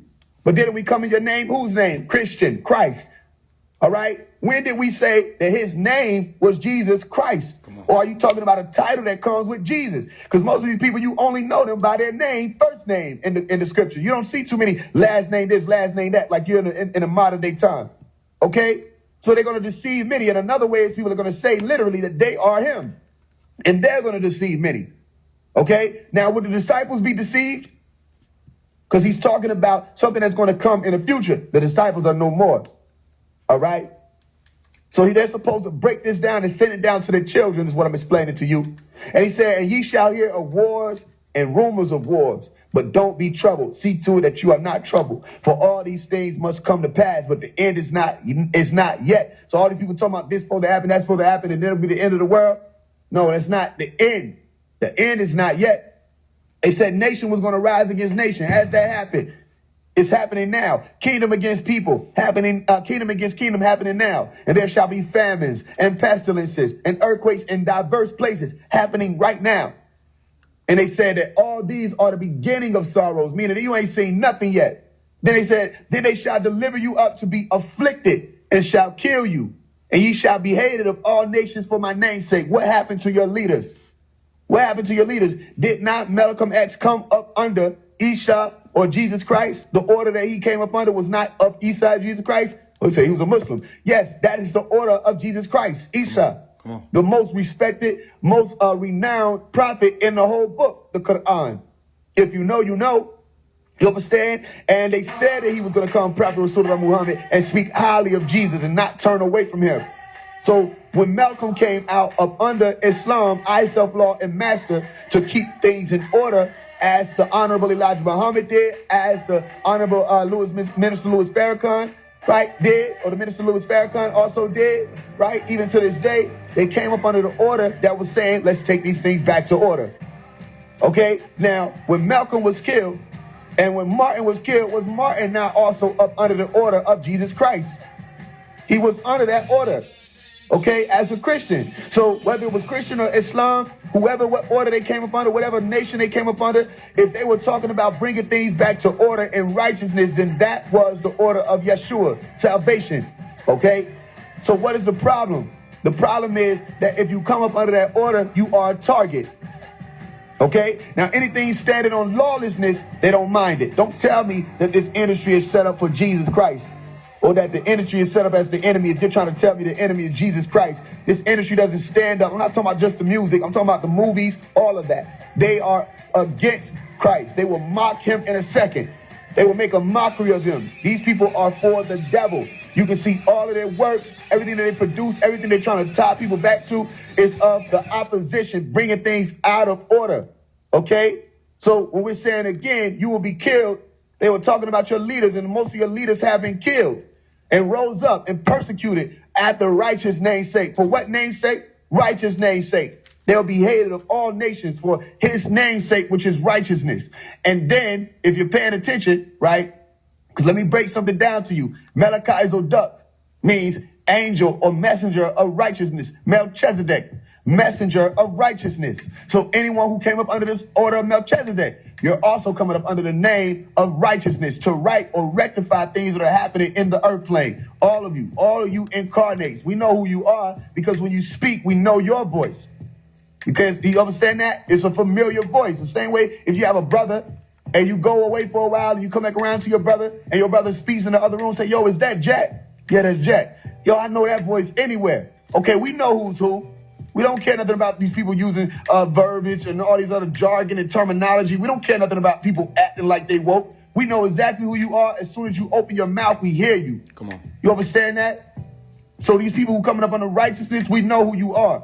And then they said, many shall be offended and shall betray one another and shall hate one another. All right, we're right here in that day and time. You got all this stuff. Look at the app. This is just Clubhouse. It's just an app. People can't even get along with digital pixels. They can't get along with digital pixels. Looking at a screen, they can't get along. What's going on with all this list shit? All these people arguing over who the best people on Clubhouse. You understand? You had somebody trying to speak reason and say, yo, why don't y'all just come together? Why don't y'all just put y'all money together, work on something? These people ain't trying to do that. You know what I mean? And it's just a phone. It's an app where you get to just hear people's voice. And it's still, they're not holding up to the voice. It's just the algorithm of the tone. And people are still standing in opposition and hating one another. And they still offended by each other. You understand? They can't stand together at all. Now, I'm not saying that you have to stand together, but I'm saying look at all the chaos unfurling on an app where you have a lot of powerful voices that if they did finally figure out what they should be working on versus trying to come out against anybody who's standing on it for real, then you can move further. It's a powerful app if you allow it to be. But that's when we say they shall be offended. Most people will betray one another and they'll hate one another. It's all throughout our communities. They said many false prophets shall rise and shall deceive many. Let me tell you something. Some people might not want to hear this. That's happening in your conscious community. All right? We already saw what we saw with Christianity and we saw what we saw with Islam. Okay? And we rectified a lot of that. But now I'm telling you, in your conscious community, there are false prophets rising up. That if you take Instagram away, these people won't know what they're supposed to be doing anymore. Clout is the same for all walks of life. People are attracted to attention. They want attention. Come on. All right? They don't know what they're standing on, and you got to be cautious. Anybody who's supposed to be woke and they coming out speaking against Jesus in this day and time, or against Christians, or against Muslims, they are not with us. That's not us. I'm telling you that now. The same way you can say, yo, if a nigga a Crip, he got on a bandana and it's in his left pocket and he gonna walk a certain way, he gonna bang a certain way, and when we talk to him, he gonna talk a certain way back. When niggas say that, that's what I'm telling you. If they're coming out speaking against Jesus, can I say it again? If they coming out speaking against Jesus, maybe one more time. If they coming out speaking against Jesus, they are not with us. Say it. Those are people who want to spark up more confusion. They get this giddy feeling when they feel like they shut somebody down or turned them away or I showed them or look at these words, I shut them down. You understand that we already did all of the schools of breaking the curses. None of these people are breaking out with anything new. Now they just want to argue. They just want to debate and tear people down. And that is not the type of energy that's moving amongst the ones who are in tune with the order right now. So be aware of those people, okay? Same way you were told 1,000 years ago to be cautious of these people, or 2,000 years ago to be cautious of these people, okay? And they said what? They said, and because iniquity shall abound, the love of many wax cold, or shall wax cold. Didn't I do a room on heartlessness? Where people are being removed from their anahata. People are being removed from the unstruck. People are so hurt now. You're supposed to be unhurt. People are so hurt. People are so much in pain. Okay? And they're not in tune with their life force or hayat. They're not in tune with it. So they're being led astray. And what happens is when you shut that solar down, okay, or that soul inner you down, the central you down, what happens? The same thing Nas said, right? Which said that he held real dead bodies in his arms before their body turned cold. Okay? That means that fire turns off and you become a cold person. Now what is everybody saying? I'm cold-hearted. Listen to what people are saying. I'm cold-hearted.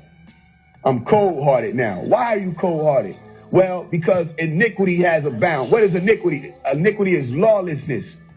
All right? Lawlessness is taking over.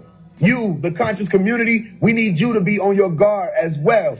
We need you to be watching. Because a lot of you came from religion. A lot of you were snatched from your pillars of faith. And it's not wrong if you were taught the sciences. I have nothing to say. Because I would rather you be scientific than a word worshiper. I would rather you be scientific than just a believer. But if you were snatched away from your pillars of faith and thrown into spirituality, all right, then you better be cautious. Because that means that the same way as somebody take you out of the gutter, all right, and they put you in the finest linen, or they put you over here, you eating the best food, but now you don't know that they're your pimp. You don't know that you're working for them now. They done took you over here, you was in the gutter working for somebody, but now you dressed up nicer, you're dressed a certain way, you look the part, but you're doing all their work for them, or you're listening to everything that they say and you admire them so much that now you're going to just take their word for everything and you're going to turn further away from the order. You got to be cautious. Okay? Maybe you won't be, but I'm telling you to be, because I can see what's going on right here. All right? I can understand what's happening. People are being misled. I would rather people have stayed to be out here like what I see. I expect more of you, conscious community. I expect more of you, because you were the ones who were set up cream of the crop. You were the ones who, most of you, if it wasn't your parents, it was you, taught by Malachi York or his works. You're supposed to know what day and time we are so that you can help people. All right? It's not for you to be also running out here in iniquity and acting like people. So why are all these conscious leaders able to fall? Because they never came up under righteousness. Okay? They came up under lawlessness. So beware of these people. All right? If you don't hear anything else I'm saying, then go and read Matthew for yourself. And instead of seeing some white person talking to you, imagine that it's me talking. Maybe that'll help you. Okay? But he that shall endure unto the end, the same shall be saved. Okay? Meaning it's going to be a long walk on a short path. It's going to be a long walk. You're going to have to endure. All right? You have to keep going. Meaning you might feel like you're supposed to turn cold, but don't turn your heart off, because that's still disrupting the flow of your chakras. I wouldn't even tell you to turn your root chakra off. Okay? You don't disrupt the flow, because then when it comes time to activate you, Merkaba, Mir is pyramid. If you don't know, go look it up. Mir, Ka, the spirit, the soul. All right? Mir also ties you to the word light. All right? Or. Then you have Ka, Ba. All right? The soul and the spirit soul body. Okay? So again, you have to have that activated. You can't be cold. So you have to endure unto the end. That's where your salvation comes from. Okay? Which means you have to pass on all these sciences to your children. You don't know what day and time these things are going to come, but you can still see a part of your prophecy, how you can speed up that process. Get in tune again. Become one again, because you used to be. And this gospel of the kingdom shall be preached in all the world for a witness unto all nations, and then shall the end come. So we're talking about good news here. All right? This hasn't happened yet. That's why they said, and then shall the end come. But right knowledge is a purifying spirit. That's what Pop said out of his mouth. Right knowledge is a purifying spirit, a Holy Ghost. It changes a man. It transforms you into a new type of creature, an aware creature, a creature that says, I don't believe it. I want to know the facts. Can you prove it? All right? That was word by word, verbatim, what Pop said out of his mouth. That right knowledge is the purifying spirit. He's not saying anything that Jesus didn't say. That ye shall know the truth, and the truth will make you free. And he cleared that up too. He said, make you free, not set you free. He said, that's a trick. He said, because you start thinking, if it's make you free or set you free, you start thinking just because you got the truth that your ass is free. No, that's what I'm saying. You, especially the woke ones who call yourselves that, if you think you have truth, then they supposed to be able to work now. You're supposed to be able to speak to everybody from every book that they coming from. You're supposed to be able to bring anybody or everybody who's coming from all over these different walks of life. You're supposed to be able to bring them to common ground. If you can't do that, you don't stand on the truth, because truth will always right itself and pull itself back to the center. Every single time. I saw a room on Clubhouse where somebody was asking, I don't remember which group it was or room it was, but it said, what is the truth? What is the truth? Or what is the real truth? Or something like to that effect. Or how many truths are there? Right? And there's only one. You can have as many ideologies, perceptions as you want to, but there's going to always be one truth, which is the center. All right? The solar system, gravity, how it works, the Fibonacci sequence, cosmic order, that's the truth. It's going to always want and set out to right itself, even if it's operated through people, human beings, because you are part of the universe. So some of you have roles in this life. That's why I told you, melanin dominant people, you can play your role in nature and bring this back to order, because you're supposed to know better. All right? You're supposed to be in tune. Naturally, you're in tune with the realm itself. And don't let people tell you that nature is just the plants or just the water. Nature is the sun also. All right? Nature is the stars. the melanin that's outside of this planet Earth, the carbon, all of that exists beyond the Earth plane, that's all nature. Everything in universe is the nature. So when you're saying be in tune with nature, you're not saying anything but to what? Have your God gene activated, that this realm is communicating with you, and you can communicate with that. All right, with it. So when ye therefore shall see the abomination of desolation spoken of by Daniel the prophet, stand in the holy place, which is the shrine. Okay?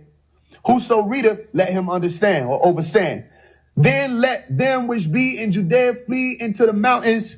Let him which is on the housetop not come down to take anything out of his house. Why? What are you coming back to get at that point in time? When you've surpassed this material plane, as you call it, all right? When you've risen above all this, I want to be a part of the world stuff. And we say, come out of her. My people, come out of her. This world is falling apart. They're leading people into the fire. Okay, come out of her. When you finally get to that point, when we get there, what do we say? We don't need any of these things of this world. We're on the rooftop already. What do we have to come down and grab anything out of the house for? No, it's time for us to be received.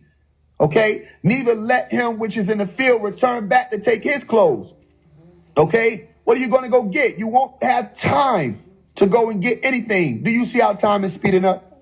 What are you going back to get? Let this world go. Let all of their lawlessness go, because they're not lawful. They're not full of law. Let their lawlessness go. We should be driving by places and parks where it's just groups of y'all just sitting around each other and being quiet. You don't have to always talk. There's a power in your silence. And you'll be able to learn that when I'm finally in position to show people that we have the power to do that. I want to see groups, okay, of you dressed in your all white, just sitting outside together and being silent. Don't you know that would strike fear in the hearts of the beast? Don't you know that they don't never even expect? For me to even say that is an irregularity in what they thought data was supposed to be playing out as in the algorithm. To even say that people like us who are melanin dominant people especially, okay, the ones who have caught the brunt end of the stick for their whole life, generations to come, they plan to give you more. Okay? What happens when instead of you outside screaming and running around and jumping up and down and making noise and in chaos, more chaos, what happens when you sit together and you're just quiet? Or what do you think would happen if they were driving by and they see you walking on the sidewalk, 2,000 deep, 3,000 deep, walking on the sidewalk? You're not violating any laws, all right, or policies that they have set up. Okay, you're just walking in silence and everybody's in all white and nobody's saying a single word. I don't think you understand what I just told you. That's the unity that they fear, because then you're communicating on a spirit level. Then the wisdom is moving through you and these things will start to happen faster. Okay, so it said, and woe unto them that are with child and to them that give suck in those days, because imagine what would happen. And that's the truth. If them sirens go off, because they could go off at any given time. If you don't know it, you should. Them sirens go off. You can't just run by yourself if you have children. They're letting you know what could happen. That you're going to have to, what? You got to grab your children. You got to secure them. You got to make sure they're safe. If you see the movie that was playing out, the movie of the destruction of the Sumerians, the ancient Sumerians, if you heard of the Enlil story, where he said human beings are too loud. What movie was that? Where they had to be quiet. They call it the silent place or the quiet place. Okay? And the woman had a child. And remember, the child, they had to look out for him. They left him behind. And the child presses a button on the toy and it makes noise. Okay? And they were attacked and eaten or destroyed. Okay? What I'm saying is they're telling you to be cautious, that especially for those who have children in these days, not just for the sake of you're going to have to leave and run, but also what? That all of these beings are going to be on your children the most. They're on your children. Okay? Because they were on us. But pray ye that your flight be not in the winter, neither on the Sabbath day, the day to be observed. Okay?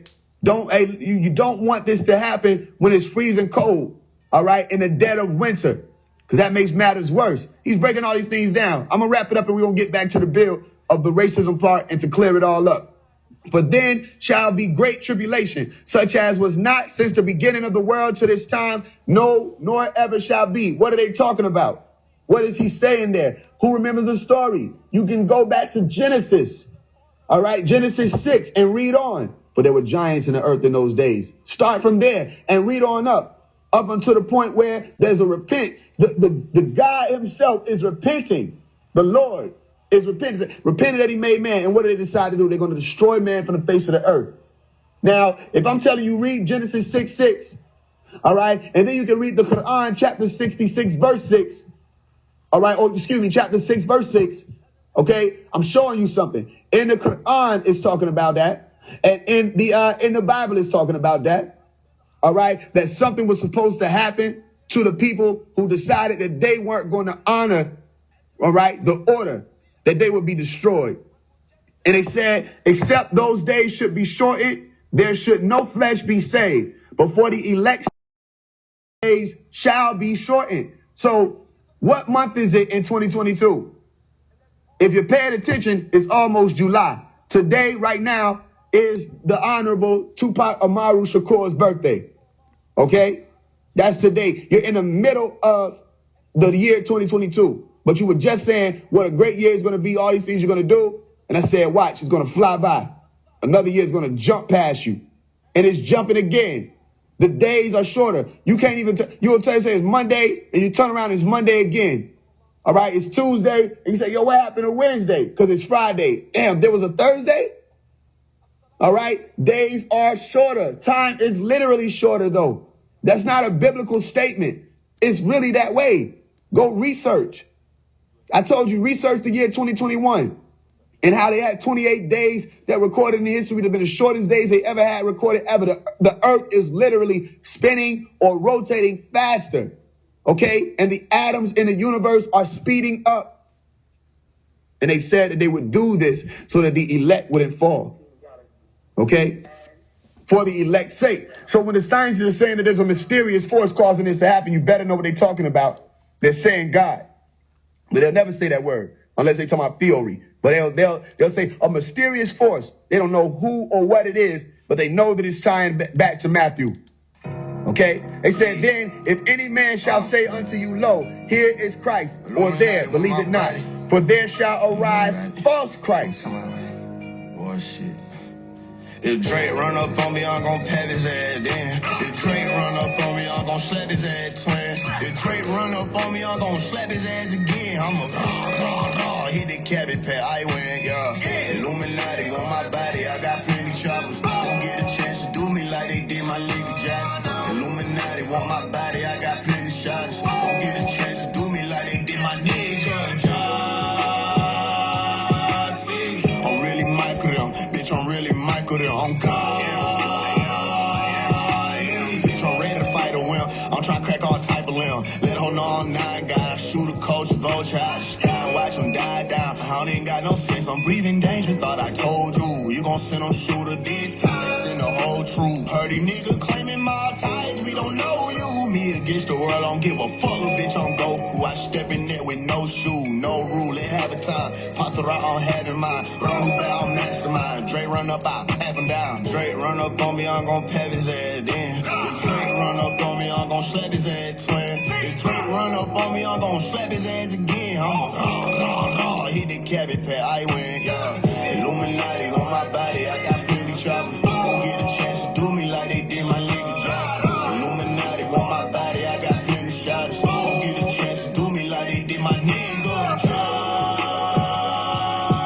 A win's a win, dead slave masters in my pocket, slit. A win's a win, dreadhead niggas in your lobby, slit. A win's a win. Time I shake your dread, shake your lot, you meant say it right. Bitch, I'm really Michael them. You know niggas dread might leave a nigga right there, stuck like it headlights. Yeah, I ain't square up and hit that left, right. It's OVO for OVO. I said what I said. Run up on me, I'm gon' pat his ass then. If Drake run up on me, I'm gon' slap his ass twin. If Drake run up on me, I'm gon' slap his ass again. I'ma hit the cabbage pad, I win, yeah. Illuminati want my body, I got plenty choppers. Don't get a chance to do me like they did my nigga Johnson. Illuminati want my body, I got plenty shots. Don't get a chance to do me like they did my nigga Johnson. And false prophets. And what is he saying? What does that mean, false Christ? I thought his name was Jesus Christ. How do you have false Christ? You know what I'm saying? So if your name is Tom Williams, Why would I? My name is Tom Williams. There's going to be a lot of people that's going to try to act like they me. Okay, I can understand that. But then you come out and say there are multiple Tom Williams. There are going to be multiple Williamses. They're going to come up and act like they're a Williams. What does that mean? You're talking about a title there. Or leader. All right? Go back to ancient Egypt. Christ. Greek. Christos. These are titles. And there are a lot of them. So what community would they come up under but the conscious community? The ones who supposed to be woke. What else? Who else you expect to yield them? To come out and say they're going to, because it was Jesus who was the woke one. He was leading people who thought that they understood everything there was to understand about their religion at that time. And he came out and broke things down so crazy. They thought they knew the law. And then he stand in front of the Pharisees and break something down so crazy. And it would twist them up.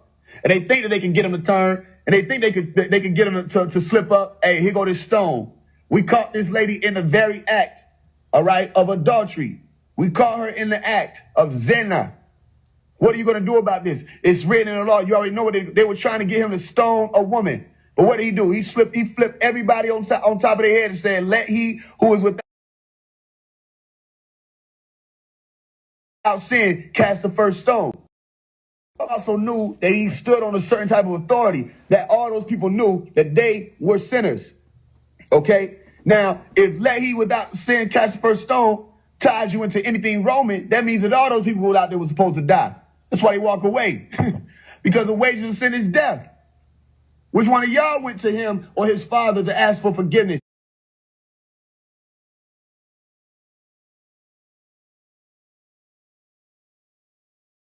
Before you came and accused someone else. As innocent, did he? Because he walked right up to her and said, yo, now, all right, look, I already saved your ass now. These people finna kill you. Go ahead, leave and sin no more.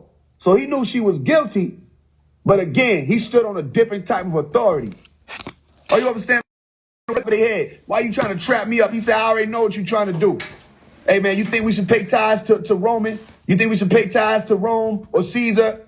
All right? What you think about that? Because they saying, you know what I'm saying, they saying this, that, and the third. What do you say, man? Why y'all niggas trying to trap me up? Is that what y'all trying to do? Because I already know what you're doing. He said, how about this, though? I'll play your little game. You want to play games, motherfuckers? All right, I'll play. That's what he said. He said, yo, he said, how about this? You take your money and go for my dad. How about you go and give my dad his money too? You go render unto Caesar that which belongs to Caesar, and then render unto God what belongs to him. Fuck them up, because you know that ain't God money. You understand? So when you see me going in these rooms and people be saying certain things and I'll say something and I'll ask a question, pay attention to how they respond. Because they thinking that they are the ones. The same way it was back then. That those people thought they was the ones. But then the ones come through because all of this is our shit. All of this is our stories. The Masons that's my shit. I came to reclaim that. That's how I'm speaking, and you should be able to tell it. And if you don't feel the same way, I don't know what to tell you. But these are your things. You coming to collect. Okay? So you also see, and you want to rectify certain things. That's why you'll see me in certain rooms. I'll immediately jump to the side of the Christians. It's not because I think the Christians is always right. No, I'll do it only when I see that they're being bullied. I'll do it only when I see that they're being stepped over and stepped on. That's when I'll do it. If it wasn't like that, I'll let these people have their debates in peace. But when I come in the rooms and I see the ones who's supposed to know better, trying to step on people and shit on people for what they believe in, and they're believers also, I will do what I do always. I'll ask simple questions that they can't answer to show them whether they want to believe or receive that or not. I can show them that they're believers and they're not different from these people who they're trying to tear down. Okay? Now, if I went into the room and they were getting along and they were trying to figure it out together, whole nother conversation. I'll sit there, I wouldn't say anything, or I'll add on to let them both be clear on what they're trying to figure out. But I do that on purpose. When I come in and break things up and show you people, you don't know what you're talking about, I'll do it because they shut down other people as if they are above them, and they're not. You understand that? So that's what it is. So again, that arise will be false Christs coming up. All right, false Christ and false prophets, and shall show you great signs and wonders, insomuch that if it were possible, they shall deceive the very elect. So I'm telling you, awakened people, be cautious, okay? because they're setting out to fool you too. And they got a whole thing set up now where they starting to acknowledge who the leaders are on the internet. They call them internet leaders, all right, or internet activists. Look it up. They're starting to pay attention to who those people are. The same way they would step into those people and making them be informants when they were going to your Al Sharptons to make him be an informant. Okay? The same way they're doing it now with these people who claim to be woke. Please don't think that the government doesn't know that there's a woke community. Please don't think that you've done anything under their nose. They know who every leader is. They know who every rising leader is. And if you aspire to be one, they hear it in your rhetoric. They hear the things that you say, like myself. They know, all right? They know who I am. They'll know anybody when they speak. The thing is, though, that they're only looking for or trying to stop or hinder the ones who are not speaking the rhetoric of everybody else. Anytime you can point out and say, there goes the woke community, you know, if you can predict what somebody's going to say just because they're coming up under a certain type of class or ideology, that means that that's not a threat. That's something that you can group into something that'll be a target. But when you're dealing with someone or some people, all right, who can morph into any given situation, you could be a Muslim, you could be a Christian, you could be in any room, have any conversation with anybody about anything, all right, then they know that you're a voice of the sound of many waters. That's why people don't understand it. That's why people say things like, he trying to sound like Pop. I'm not trying to sound like that. Pop could sound like multiple different people. You didn't understand that? All right? Doc could sound like multiple different people. Malachi could sound like multiple different people. It depends on the frequency of whatever we're moving in right now or whatever's going to be in whatever room. We're water. We have the sound of many waters. So you think I'm talking the way I'm talking right now? Do you think I'm going to be talking to my homeboys like that? You think if the niggas is just sitting around chilling in the hood that we're going to be talking like this? No, it's a reason for that, though. Because their problem is they can't do that. Come on. You can't speak with a resonance that resonates with everybody. All right? But if you were able to tap into the multiple waters, you would be able to. If you were willing to, you would be able to. No matter who you were talking to, people are going to feel you because you got the soul moving through you. Okay? So again, it says, behold, I have told you before. Wherefore, if they shall say unto you, behold, he is in the desert, go not forth. Behold, he is in the secret chambers. Believe it not. For as the... Now, I need y'all to pay very close attention to what I'm about to read. Matthew 24:27. Pay close attention to this. For as the lightning cometh out of the east and shineth even unto the west, so shall also the coming of the Son of Man be. Do you understand what that is saying to you? It's not some metaphor, okay? They said as. When you're saying a simile, you're saying like or as. As the lightning cometh out of the east, which means that should show you what it will literally look like. So what is that? That is a vehicle. The same vehicle they described to you in Ezekiel, all right, that said it traveled like lightning. The same vehicle they described to you in Ad Isra, the night journey, okay, in the Quran, where they said that there was a Buraq, a bright vehicle moving through the night sky that took the prophet to go and show him things, show him mysteries, and show him things in the night sky. Okay? What is that? When you talk about I beheld Satan as lightning fall from the heavens, which means lightning descended onto the earth. Which means what? That was another vehicle or a portal of a sort that allowed for them to travel here, whoever these opposition beings were, Shaitana being described were. So I'm saying to you, for as lightning come out of the east and shineth even unto the west, you should be able to see that clearly in your mind. All right? They say, so shall the coming of man be. But now, if that's the coming of the Son of Man, what else do they say about the coming of the Son of Man? They said he was going to come with clouds. All right? That's in Daniel. He was coming with clouds, for he cometh with clouds. What do you mean he cometh with clouds? Now, let these people break it down. Oh, that just means that he's a heavenly person. They didn't say, and he was a heavenly person, or they would have said that, because they would have used the word Hashemayim, which still would have led you to the actual outer space, not some metaphor of you got a good head on your shoulders. What the hell are y'all talking about? He cometh with clouds. And if you still confused, go read Acts 1:9. That same cloud that they say he cometh with, that's how he left. Thanks. You know what you taught me? First of all, these streets don't love nobody. It's rule number 3. 40, nigga, go get your guapi. First 2 rules. They don't love you unless you get something like you Tyree. Shit I've been through just went right, but that what made me start the journal. Had to right my wrong, I gripped that pen too strong, called carpal tunnel. I ain't carpal on, I say not I graduated, I was homeless and I was hungry. Barely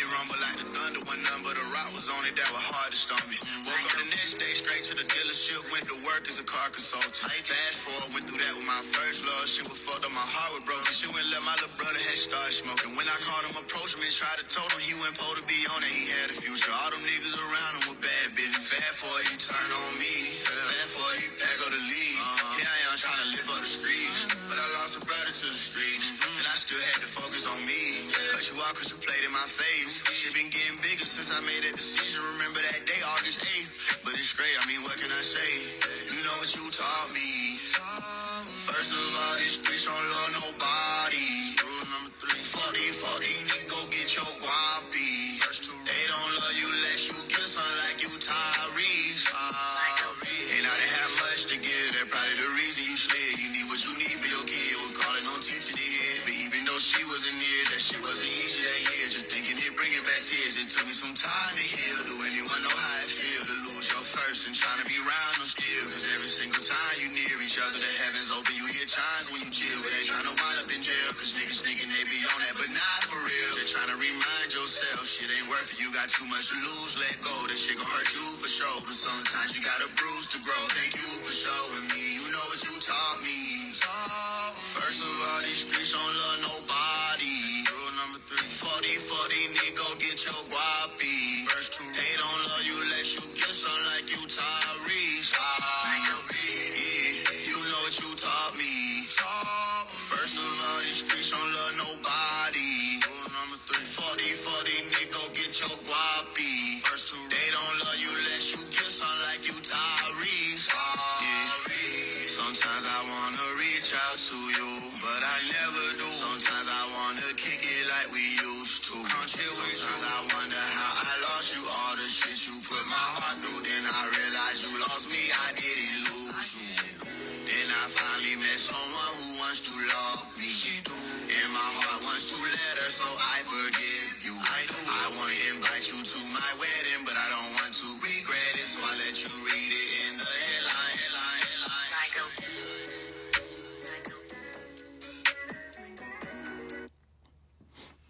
Righteous. All right, cool. All right, again, if you just came in or if you've been around trying to figure out what you got going, if you want the books, I got 10 of them now. That's crazy. You got 10 books now. Send a donation to that Cash App right there and send your email with the donation. One of the books, the most recent one that we're about to dive into for a brief second, is the book called Rehab, or Rehub, as in, God loves. Re, Ra, Son, God, Hab, Hub is just say what? Love. All right, so God loves, the Son loves everybody. God loves everybody, or all of you. Something that my dad, Bodie, as some of y'all know him, Bodie Ray Love, explained a while back with the Rahubat. What does Rahubat really mean? He explained it. All right, so the bottom line, we got to get into that really briefly. If you want the books, you can send a donation, send your email, and I'll send all of them to you. I think I'm going to pick up where we was at earlier, though, so if you wasn't really in it. But you can still get the book, but, you know what I mean? I still be reading them sometimes on here. I'll probably go into where we was at earlier. Sometimes I want to reach out to you, but I never do. Sometimes I want to kick it like we used to. Then I realized you lost me, I didn't lose you. Ooh. She do. I want to invite you to my wedding, but I don't want to regret it. So I let you read it in the headline. The email, I don't know if it'll be titled something. It should say rehab book. That's a good question. I don't think it's been titled or anything. I don't know how she's doing it. My sister's over that though. But people been getting their book, so but I think it'll come through Lou Bay Love. It should say rehab book. You should see it as a PDF. It should pop up as a PDF. I fool. Until I third fool. First of all, these streets don't love nobody. That's rule number 3.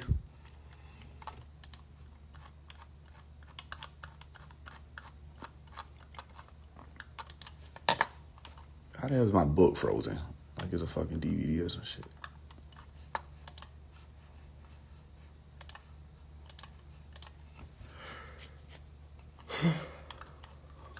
Y'all give me a second. This shit taking all year to load.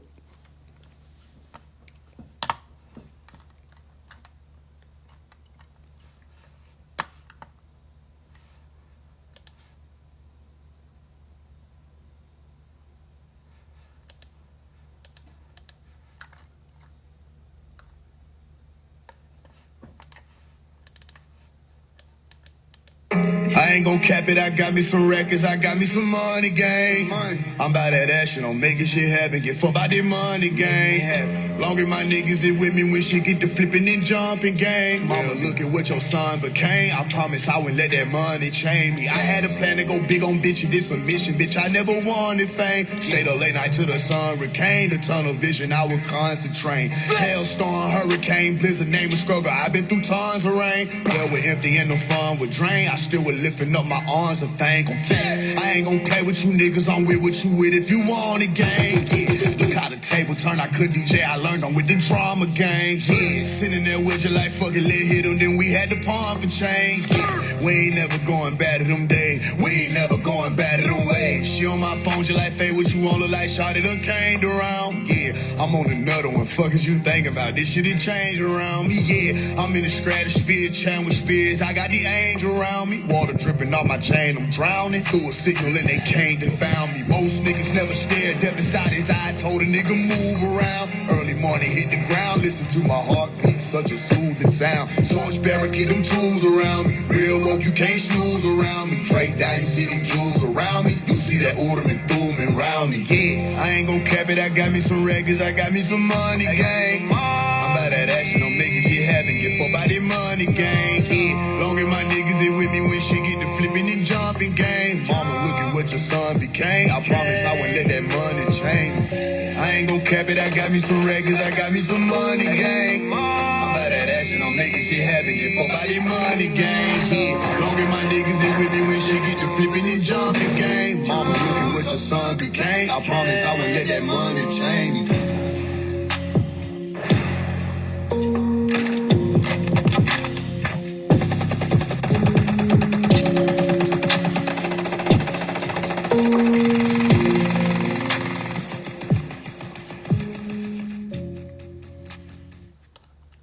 Word.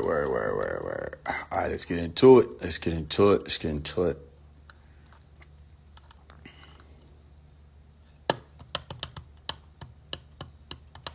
Cool.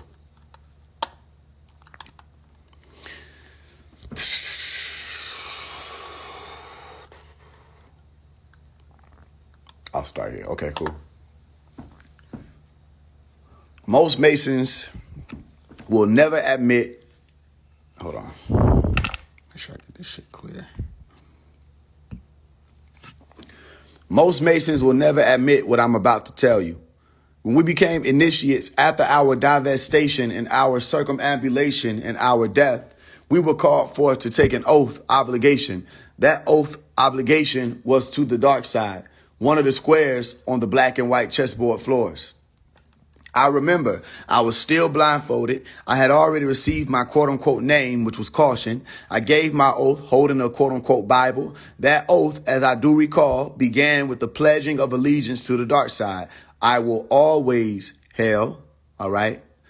I conceal. And I explained to you that hail is Helen, all right, in Anglo-Saxon or Old English, where you find the word conceal, all right? Note, reader, that I began my travels officially at age 16. This is 100% facts. Think about it. If I wanted to, quote unquote, play Mason, why wouldn't I just say I was 18 when I was initiated?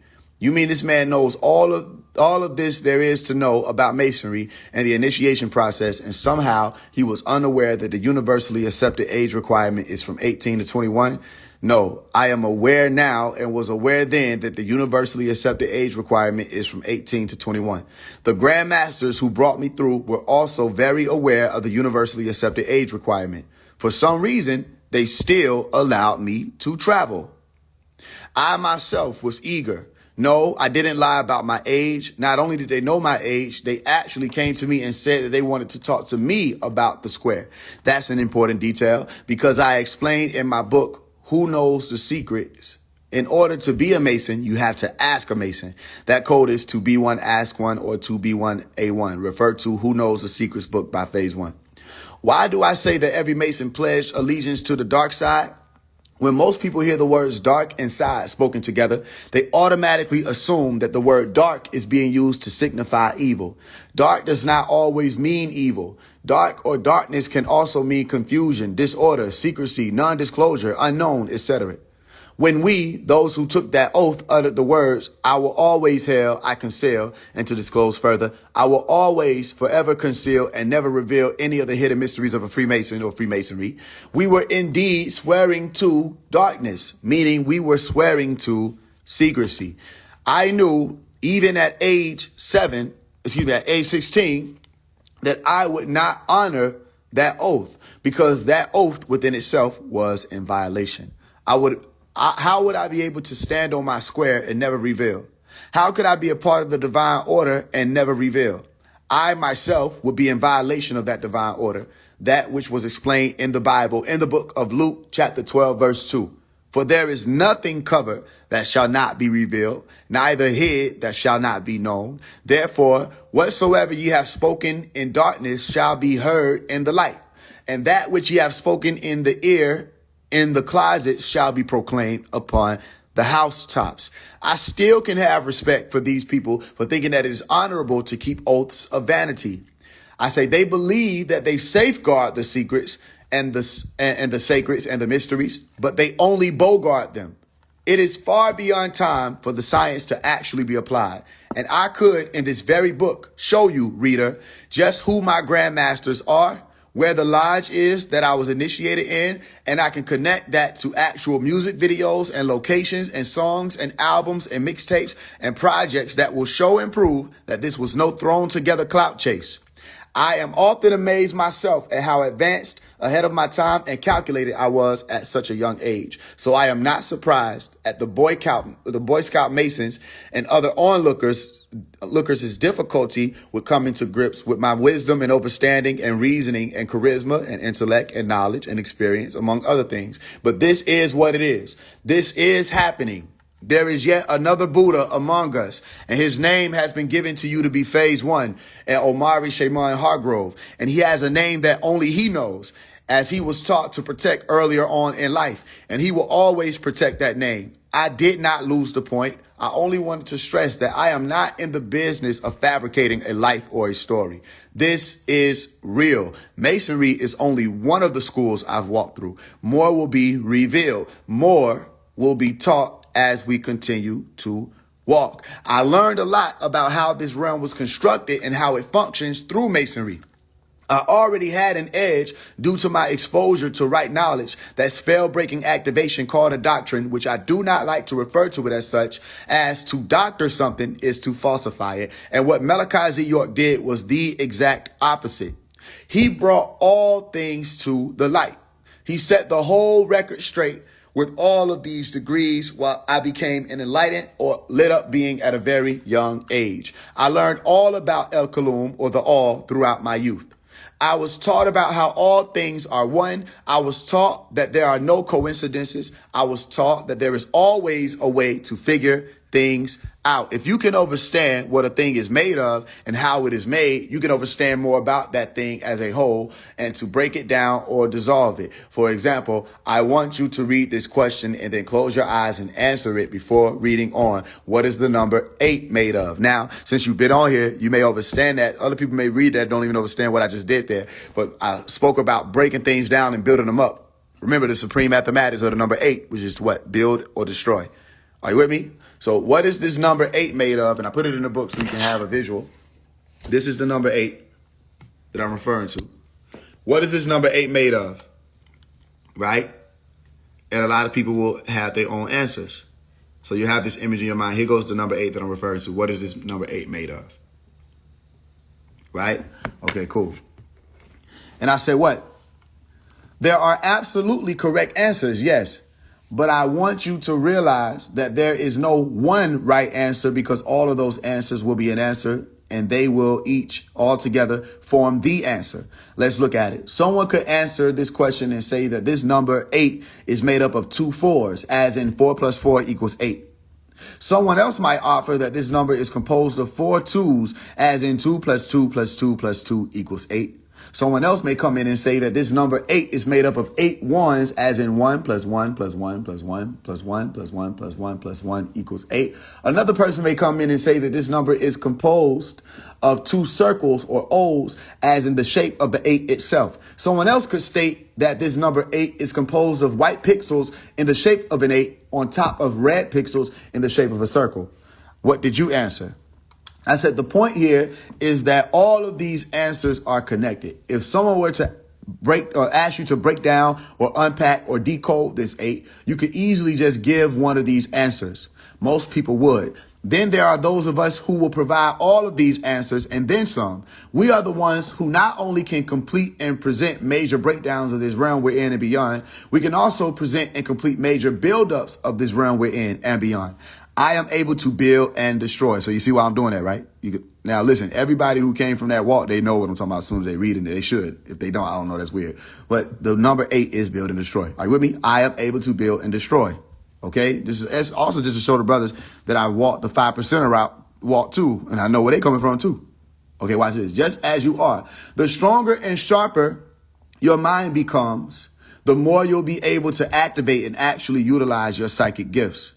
This is why it's so important that we make it up out of hell, which is the world of illusion. Don't make the mistake of assuming that quote unquote hell has to be associated with agony or pain or sorrow or discomfort. People can exist in a world of hell and be completely blissful and happy. You may have heard it to be said before that hell is only a state of mind and that hell is only within. That is not possible. Yes, hell can and often does exist in the minds or the brains of the human beings. However, it is not and cannot only be within. There's always a without. Why do I explain this? There can be a situation where someone is in heaven in their mind, but surrounded by hell. Let's read it again. There can be a situation where someone is in heaven in their mind, but surrounded by hell. There can also be a situation where a person can be in hell in their mind, but surrounded by heaven.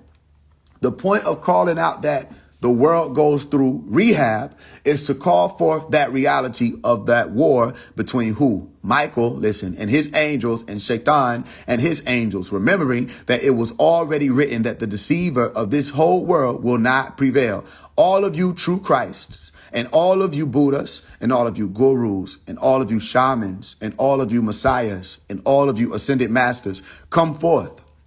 We need you. If it were not so, I wouldn't write it. I said it takes the true elect to reform and to redeem this world. How are we to purify this world if we have not yet purified ourselves? Come forth, righteous ones, and those of you who move in the name of righteousness. I don't expect that you never failed or that you never fail. I ask that you keep walking. I don't doubt that you have lost your way. I call out and say, follow the sound of my voice. I know the delicacies. I have sat at the tables with the queens and the kings. I know their meals are well prepared and that they do eat above your homes and your cities, and they sit on top of clouds, and they fill their bellies with the richest bread and the sweetest honey, and they sip the finest of wine. I sat at the table and I bore witness to their full course meals. I know the delicacies. They taste everything but hell.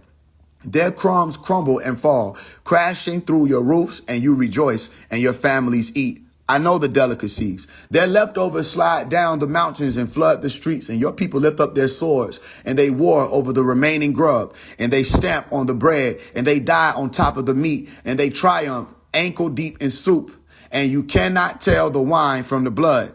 I know the delicacies. You think this to be a feast? And we have been offered the finest of all these things and more. The bulk of our task was to seek out that inner purity, that kingdom of God and its righteousness. We were offered real rewards. I know the delicacies. It's such a deliciously sour, bittersweet world. People don't want to leave it behind. They do not have to stay, but they are trapped. They have all been tricked. They have all been deceived. Time will not slow down. They have to speed up. Reader, Answer me this. If you are not able to swim yourself, then how can you save someone from drowning? Answer me something else. Would you rather it be that you had to jump in and save someone from drowning? Or would you rather it be that they knew how to swim and save themselves? I'm telling you that I would rather the people learn to swim. I would rather that they get up out of that dirty water to begin with. This book is a call and a claim. I am calling all of God's children home. Come home. I don't care how far you drifted off into the dark corners of this world. Come home. I don't care how comfortable you are, how settled you may be in this illusionary world. Come home. I am calling out in tone to your soul. Remember, reader, and come home.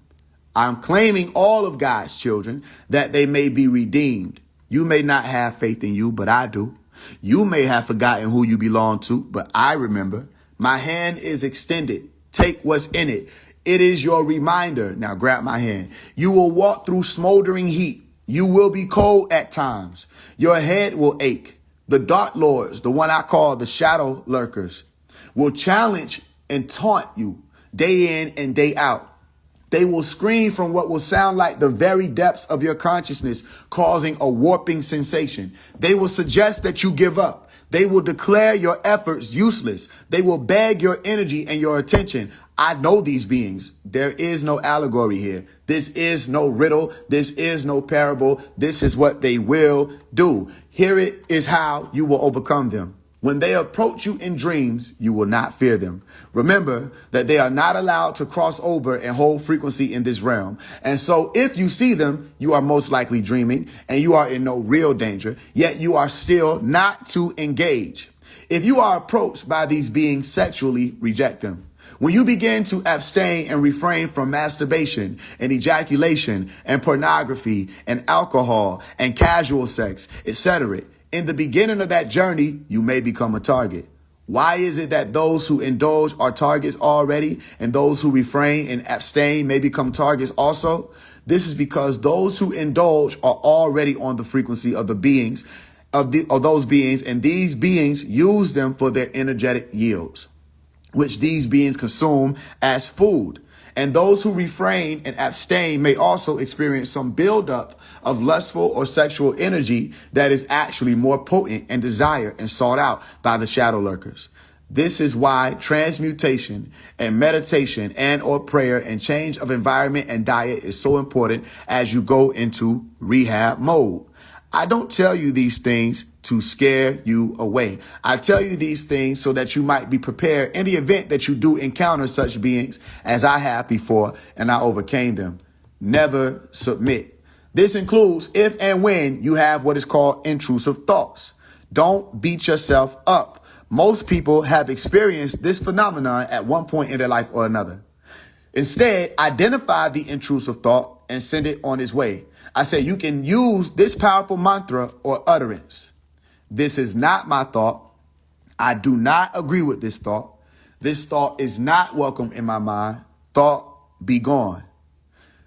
This is not my thought. I do not agree with this thought. This thought is not welcome in my mind. Thought, be gone. This is a part of your activation, is what is called your psychic defense. As you become renewed, you will be much more cautious of what you allow into your shrine or your holy place, which is your mind. When a mother is expecting a newborn, she usually cleans her home or dwelling thoroughly to make room for the new life and to make sure it's as cleanly and godly as possible as this brand new being comes forth. This is what you have been doing if you have been walking with me, and this is what you will be doing moving forward. You, the version of you that is becoming one with your soul, are the newborn. Your brain or mind is your home, and your actions and your faith and your willpower and your consistency are the cleaning equipment. You will be ready for your new life. You are ready. The doors of rehab are open, reader. Cast down your vices. You are stronger than what you may even know. I know this to be true. This is the rehab book. From your foundation that you've built with discipline and dedication and willpower, you will travel on upwards to your house to retrieve the illuminated treasure, which you will use to heal your being once and for all. And you will then be able to sing a song, as it were, a new song, taking your rightful place as guides, commanding the realm with a new, clear vision, sparked by your unity. And you will then be able to experience the grandest flower, the field. Field stands for flower, ignited, emitting longevous divinity. Above is a riddle. I pondered on whether or not I would solve it for you. I color coded it and spoke it in an order that was very clear. You can solve it. It's not very complicated when you really read into it and pay attention to what is highlighted. The answer is simple. Question: what system is being referred to and how? Answer it for yourself. The man or woman who at will can assume whatever state he or she pleases has found the keys to the kingdom of heaven. Neville Goddard. I have been speaking to, teaching, and reminding masses of people lately about how this thing called ascension requires a whole lot more action than what we've been seeing for the past 2 decades. I said there is so much more that needs to be done, and there are a lot more steps that need to be taken. Since the end of the year 2022, and even before then, I've been demonstrating to masses of people how to begin taking those necessary steps toward their ascension. Those who have been walking with me have been raising their frequency step by step. I am sure to remind them that when we speak of frequencies raising up, we aren't speaking in terms of any concepts rooted in what is called spookism. Spookism or ghostism or spiritism is, simply put, the realm of belief. When people are trapped within the world of spirit and faith and belief, they are living under a spell and are at risk of being blindly led astray. If people aren't careful and cautious, even concepts, ideas, and realities such as ascension can, has been, and will continue to be spiritualized. It's important to note that one's ascension is not a spiritual or ghostly experience. Most people are clueless as to what the word spiritual even means to begin with. And so they tend to rest at chopped and screwed definitions and translations and explanations of the word instead of paying attention to the whole reality encircling the word. That reality is people have associated spirituality with a metaphysical reality that can't truly be explained and expressed about without the person trying to explain it, spiritualizing a concept, and therefore leading people to have to believe in it without knowing what it is. This is how even what is modernly referred to as spirituality has become a religion. It has turned into a movement based on mixed and remixed beliefs, yielding a mixed and remixed belief system. And that is actually based on the same things the people who practice spirituality often shun. For example, the holy books such as the Bible and the Quran, spirituality has broken off from the 2 main religions that are linked to those books, which are Christianity and Islam. All right. I said, being that people have also been taught to just believe in the stories and characters of those religions and their accompanying books, and to practice these 2 religions without questioning them, people haven't even figured out what the purposes of these religions are, no matter how simple people may make them out to be. If they're so simple, why all the confusion? If they're so simple, why haven't people been able to realize and make sense of why these religions and books and scrolls exist to begin with? Due to the fact that people haven't figured that out to date, anything that branches off from these religions and books and scrolls and stories was, and will always be bound to be pushed forth to the world as new systems of belief, overshadowed by spookism. Listen, ascension is not spooky. Ascension is not mystical. Ascension is not theoretical. Ascension is scientific. Ascension is reality. Ascension is actuality. Please know and understand these truths. You cannot fake the walk of the chosen. You cannot fake the walk of the elect, or the illuminated ones, or the enlightened ones, or the ones with their crowns activated, or the ones with their coronas activated.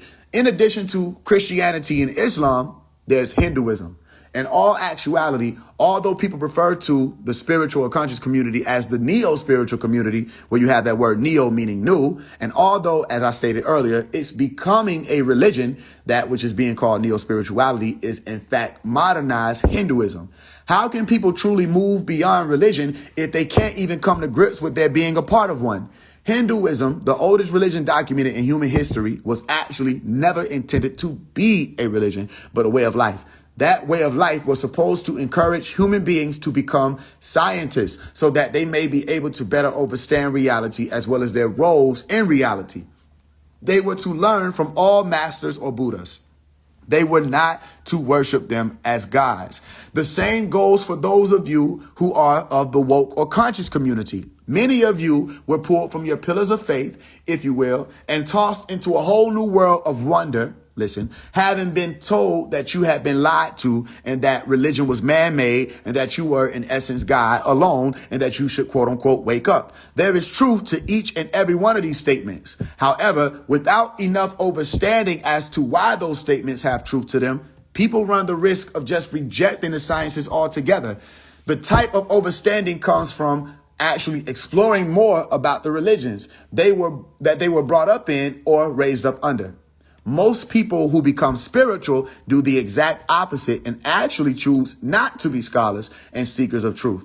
They end up following some self-appointed leader who most of the time is a man who either decided for himself or was otherwise told that he was God and was therefore all-knowing or the source and that all answers could be found, quote unquote, within. People who follow these so-called leaders are never fully informed on how to quote unquote go within or what that even means, truthfully speaking, and how they can actually get answers to real questions they have about real things in their reality and outside reality that is being reflected back onto them through their eyes and into their minds or brains. They are seeking to understand more about this world that exists outside of their bodies. If they want to learn about what photosynthesis is, they are not to go within to learn about it. If they need directions from their home to the nearest grocery store, they are not to go within to get those directions. This notion of going within is being and has been pushed by so-called woke leaders due to their lack of understanding about the law of correspondence. As above, so below, as within, so without. You, as an abider of that law, are not simply to quote unquote go within or have faith or pray or meditate about things you have questions and or concerns or wonders about. That is only the esoteric nature of the seeker. A nature that helps one to understand parables and allegories and that which is rooted in the implicit as opposed to the explicit. I said, as an abider of the law of correspondence, you are not to simply exercise faith. You have to literally go out and search and then search again. All right. That is to say, you must research until you find answers. Faith without works is dead. These so-called leaders and so-called spiritual teachers only tell people to go within to be able to achieve the level of enlightenment that they have achieved, because that is an easy and convenient way to evade questioning. Let's read this again. These so-called leaders, y'all done seen me go through that with so many people. These so-called leaders and so-called spiritual teachers only tell people to go within to be able to achieve the level of enlightenment that they have, quote unquote, achieved, because that is an easy and convenient way to evade questioning so as to not have to provide substantial answers that will truly satisfy the query. Am I making it up or is this reality? If someone places themselves in a position where what they say is received and believed and no one dares to question them, they will never have to prove anything they say. And they can at that point pose as the irreproachable source of divine information. The go within concept ties to the words like understanding, where people are being taught that if they have an understanding as opposed to an understanding, they will be able to wake up, quote unquote, and they won't have to rely on anybody else for information. These same so-called spiritual leaders that teach that still find a way to center themselves as the one who is able to bring forth this, quote unquote, information from the cosmos or from the ethers or from the divine. Their so-called information comes from no such place.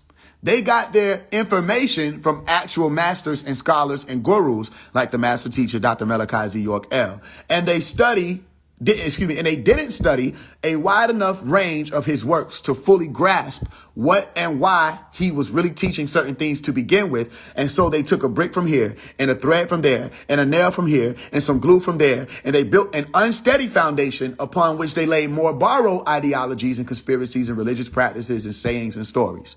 These pieces were sure to shake and slide and tumble off of the unsteady foundation bit by bit, as only a building or a temple rather with a solid and sturdy foundation will be able to stand the tests of times. I hope you're listening.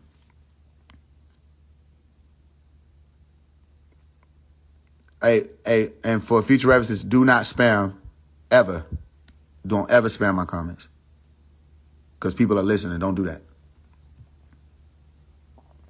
You see, reader, I am speaking of people like Young Pharaoh, Brother Polite, Nature Boy, Umar Johnson, 19 Keys, and Rashad Jamal. They all know exactly who Malachi York is and what he did and is still doing, even as he is incarcerated, currently serving a sentence of 135 years for crimes he didn't commit as a worker of the true light. They know his works. They saw what he built. They read his books. They listened to his teachings. They bore witness to the works of a true ascended master. Yet they don't make it known that he is the ascended master of our time. Why?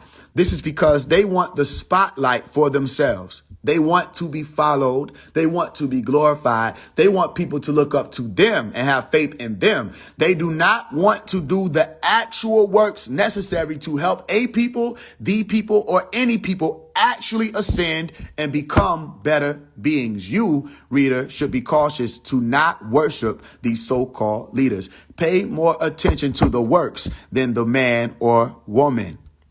Take heed that no man deceive you. I'm going to read it again. Take heed that no man deceive you. This includes myself.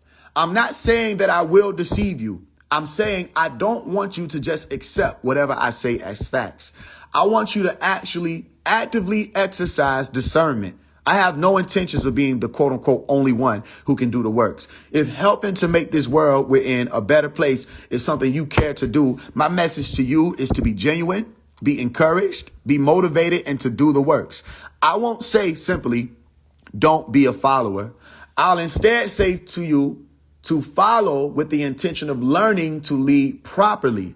I'll also say that if you're choosing to journey with me, to walk with or alongside me, don't follow me blindly. Don't follow anyone blindly. Question everything with the intention of securing useful answers.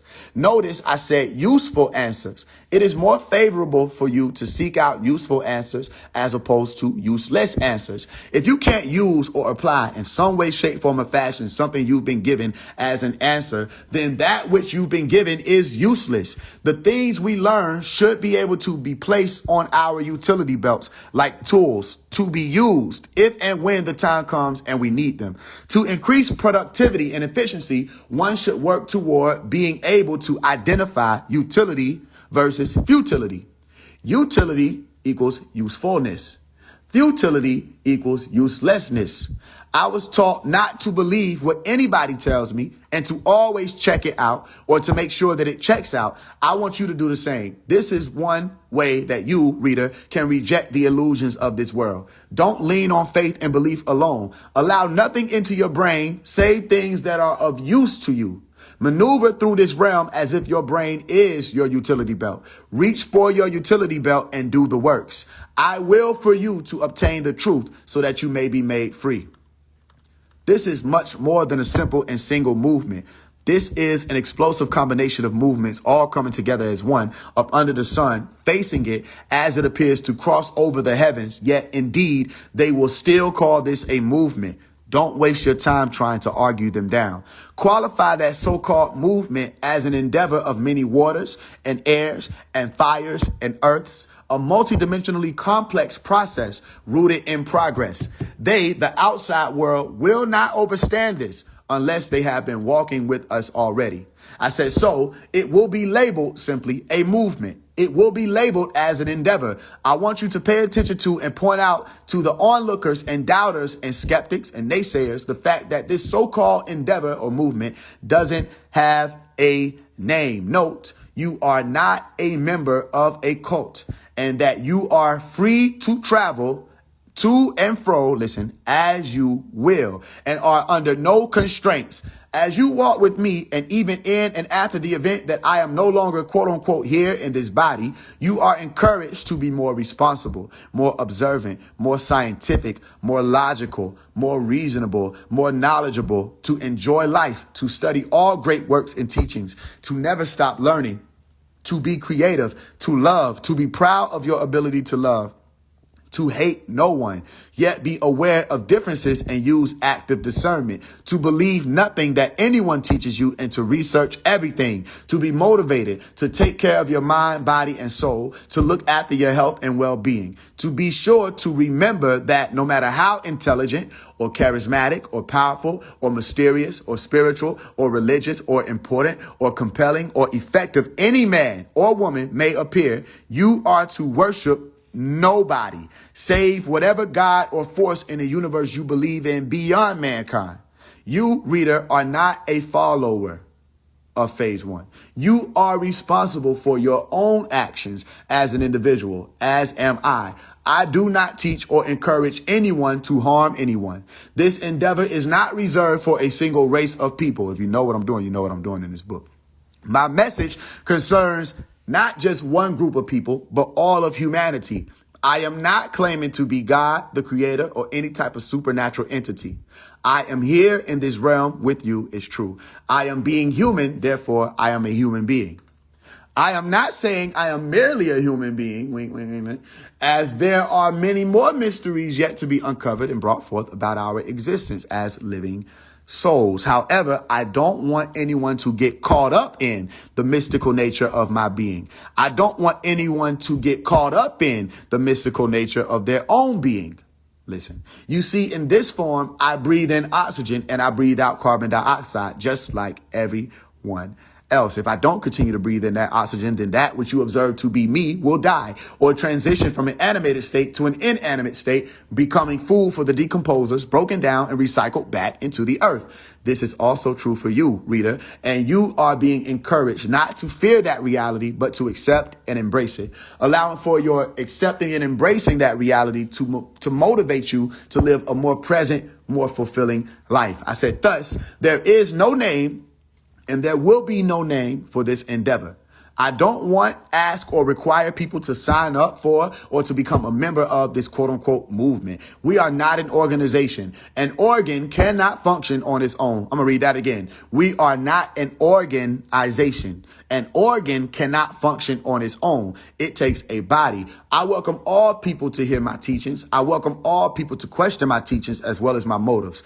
I may be able to connect dots that others could not connect and or have not connected to date concerning multiple philosophies and religious doctrines and sciences and ideologies, as well as events, people, names, etc. But I lay no claim to the innate ability to communicate with the world around us. I lay no claim to the innate ability to be communicated with by the world around us. You, reader, are also capable. You, reader, are walking this path with me, even if I am no longer here, as in able to be reached by you, whether in prison or on the move or transition from this form to say that I have passed away, you will still be able to hear my voice when you read these words. There will be messages that may resonate with you while I'm here, and there will be messages that may resonate with you while I'm gone. Just know that I was eager and excited to take this walk with you, all of you. This quote unquote movement doesn't need a name. It doesn't need a title. It doesn't need a label. We are all here exploring and growing. You didn't need me to come to certain realizations. It just so happens that you may have found me at a certain point in time for that reason. I am not only a teacher, but a student. I make you no promise of any heaven beyond this earth. That is not to say that there is no heaven. Listen. That is not to say that there is no heaven or haven beyond the earth realm. There may very well be. I am, however, in no position to prove that there is a heaven beyond earth or heavens beyond earth. I can point up and tell you to look at the sun and the moon and the stars and the planets. I am not able to take you to either of those celestial bodies or abodes.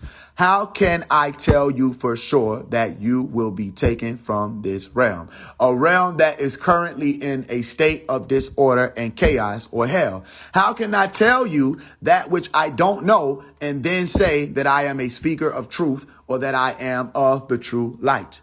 The true light is color-coded green, because that color green is the color of the life force energy that is channeling through your body as we speak, moving to and fro in the darkness. And you as human beings comprehend not what it means, but I can explain it in a way that you can literally see. The light in the darkness is the green light. Go into a dark room and lay or sit in peace. Stare into the abyss of the darkness that surrounds you in that moment. You will eventually behold the green light. That green light is often accompanied by the purple or indigo light. Go and see for yourself that when the world of visible light, that illusionary world of Zuin, the red light, which is false or fallacy, light is silence, the green light dances and celebrates all around you. I want you to be able to do this by yourself also. Don't just take my word for it. Really go do it and you'll see what I'm saying. People often speak of angels, spirits, gods, demons, extraterrestrials, etc. Most of those who speak of them have no idea what or who they are speaking of. I am not saying there are no such beings that exist. Let me read it again. I am not saying there are no such beings that exist, as I have had my own personal experiences and encounters. How can I prove to you that they exist? I can teach you that which has been recorded about these beings. You could also go and research what has been documented of them yourself. You can look into UFOs and UAPs. You can look into breakaway civilizations and other worldly abodes and projects concerning extraterrestrial activity. I have had experiences and encounters. You may have also. However, if you haven't, I don't want you to just believe that it must be true because I have said it to be true. You are to continue on your pathway away from and out of the illusionary world of Zuin, Zen, Nana, Iblis, Shaitan, etc. These are all names and tones that link to the dark side or the moon world, the world of lesser light.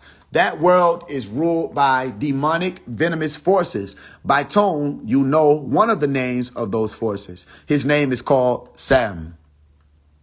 You see, Sam, like Uncle Sam, like I show you in the image. Right here, Uncle Sam wants you. That's Sam. I said, so you see, Sam is short for Samael. Listen, Samael, Sam-I-am, Sam-I-am. All right? Which means poison or venom. And it is the snake, that old serpent called the devil, that spews forth venom, poisoning the whole world with deception. It's all in the tones. Look at the name Sam.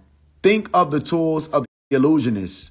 What are they? Smoke and mirrors. Sam, you see right there. Smoke and mirrors. Word of illusion. Sam. All right? These demons have had you fooled for so long. You are to break free from the spell of ignorance. You are to win the battle of the mind, which is the battle that takes place in the brain. The devils want you to drift, as it benefits them for you to be idle. Remember that the idle mind is the devil's workshop. Remember that you have, the many of you, been called. You are called forth, and you are told to cast down your idols, as it is written that the dragon will be cast down. Prepare for the wedding of the Lamb.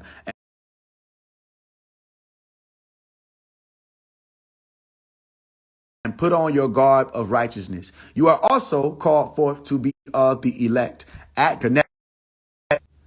Activate your halo and connect with the Helios, the sun. I said, Uncle Sam wants you, and so does God. Everybody has to choose. Everybody has to choose. Remember the Wise Man song. Everybody has to choose which voice they will listen to. If you are reading this, you are in this moment listening to the voice of God. You may say that it is coming from within because you can hear the voice, which is actually my voice inside of your head as you read. But being that it is my voice, you are actually hearing both the voice of God from within and from without, as I am a being that exists outside of you. That voice, called scientifically an audio verbal hallucination, AVH, all right, is here to remind you once again that you can ascend. You don't have to stay in a world of deception. Come out of her. Come out of the bowels of hell, which is the lower parts of the self, called the horror. Come out of the dark worlds of horror. All right. If you're reading this, you are in this moment ascending. As you continue on your journey of ascension, you should be sure to avoid low vibrational experiences to the best of your ability. These experiences include, but are not limited to, are you listening? Toxic sexual relationships and or encounters, racket-based music like drill or heavy metal, and dark, pornographic, or horror movies. Be aware of the fact that movies like Insidious are spiritual weapons that are used to slow down the viewer. as so to speak, and to plant seeds of limitation in that which is called your subconscious mind or your subconscious self. This affects your ability to access higher or brighter realms if and when you do finally begin to astral project. Note that the mind and the self are one and the same and are connected in such a way that when something happens to or within one of either, the other is affected. So I show you the image of Insidious, the red door, red, right? 5, red. You see them and you see the green light all over here, but this is where they want you at, through the red door. All right? I said, I point out to you that that movies like Insidious are weapons to say that those who consume these films are being attacked, literally. They, the viewers, are oblivious to how the subconscious or superconscious self is affected by tones and images and ideas, etc. Notice how the newest movie in the Insidious franchise is called The Red Door, and it is the 5th movie of them all. They put these movies out for a reason. Stay away from horror movies. They are put out to blemish your aura. I'm going to say it again. Stay away from horror movies. They are put out to blemish your aura. When you think of the word horror, you think of 2 colors, red and black. That red light is a much lower vibrational frequency than that of the green light. These demonic forces seek to cause for you to enter through that red door and to slow down your aura, your light. Is this not all being expressed in the meaning of the word insidious? Insidious, proceeding in a gradual, subtle way, but with harmful effects. That's what it means. I, myself, do not watch these sorts of films. I also don't listen to trap or heavy metal or drill or harlot music. These are all red light weapons or weapons of the one that is called the devil, Shaitan, who is that Samael. And indeed, he does poison. Sam moves in the red light, and he does not like the green light that Sam he is, the true light. He is that Sam he is. He does not like the seed of Eve, who was called Hawa, phonetically similar to Haya, and both of those tones mean life or living one. And the color for the Haya is none other than green. Sam, that poisonous serpent, does not like the seed or the eggs of Haya or Hawa or Yahuwah or Yahuwah. All right, Yahweh. He does not like the children of Eve, who are the children of Ham. All right. And what do I show you? What am I explaining in tones? Green eggs and ham. Dr. Seuss, green eggs and ham. Right? Sam wants you to slow down. Sam wants to slow you down. Sam, the god of smoke and mirrors, seeks to bring you from the Hawa or Eve or living soul state back down into being a being of fire, mud, and clay. He wants you to fall with him. This is that God this is that God that rules the world and misleads the inhabitants of the earth realm. He brings fire or Esh, all right, Hebrew, to the world. Do note that Eshu is one of the names of the trickster gods. Another name for one of the trickster gods is none other than Maui, all right? There is an ancient legend that tells of a being Maui who brings forth fire to the world. Do you think it to be a mystery that this year, 2023, Maui brings literally fire to the world? Fires broke out and spread all across Maui, Hawaii. The flames erupted and engulfed Lahaina, Hawaii. All right. That word Lahaina means merciless sun. It was Maui in the ancient legend who not only brought fire to the world, but also went to war with the sun using rope. Listen. The message here is pointing toward being connected with the sun. But some may see it to be a merciless sun, just as it was written that Judgment Day will be a great and dreadful day. That Judgment Day will be great for some and dreadful for others. That judgment will be the coming from the sun, all right, the true light. You are constantly being reminded. The artist Miguel performed his song Rope at Sony Studios this year. He was hooked up to a rope and lifted up off the ground. The hooks were literally attached to his back, digging into his flesh. The rope went up to the ceiling and connected at a point where there appeared to be a white light shining down on him. Both of these events have shown up just days apart. The Maui events point to rope connecting to the sun or the heavens. The Miguel event points to a rope connecting to the sun or the heavens. And so you have Mai and Miguel. Speak the word name Maui aloud. This word name is phonetically neighbored with the word Maya. All right. And they have similar meanings. As Maya, all right, is to say illusion, and Mai is to say trickster. I remind you of a TV show that aired back in 2004, October, 11. Are you with me? What is the significance of Maya or Maui and Miguel? Well, we would have to look at the word Miguel. Miguel is the word or name meaning who is like God. It is actually the same exact meaning of the word Michael, Mikael. That word Michael that I remind you of, or that war that I remind you of often that takes place in the heavens is between Michael, who is like God, and Satan, who opposes God. The true light versus the false light, the trickster. That false light is the fire, the Eshu brings you to, that issue brings to the whole world. And that trickster called Maya, Maui, deceives all of you. You have to rebel against him, all right, or them. You have to step into and stand on and walk in the true light, the or the nur.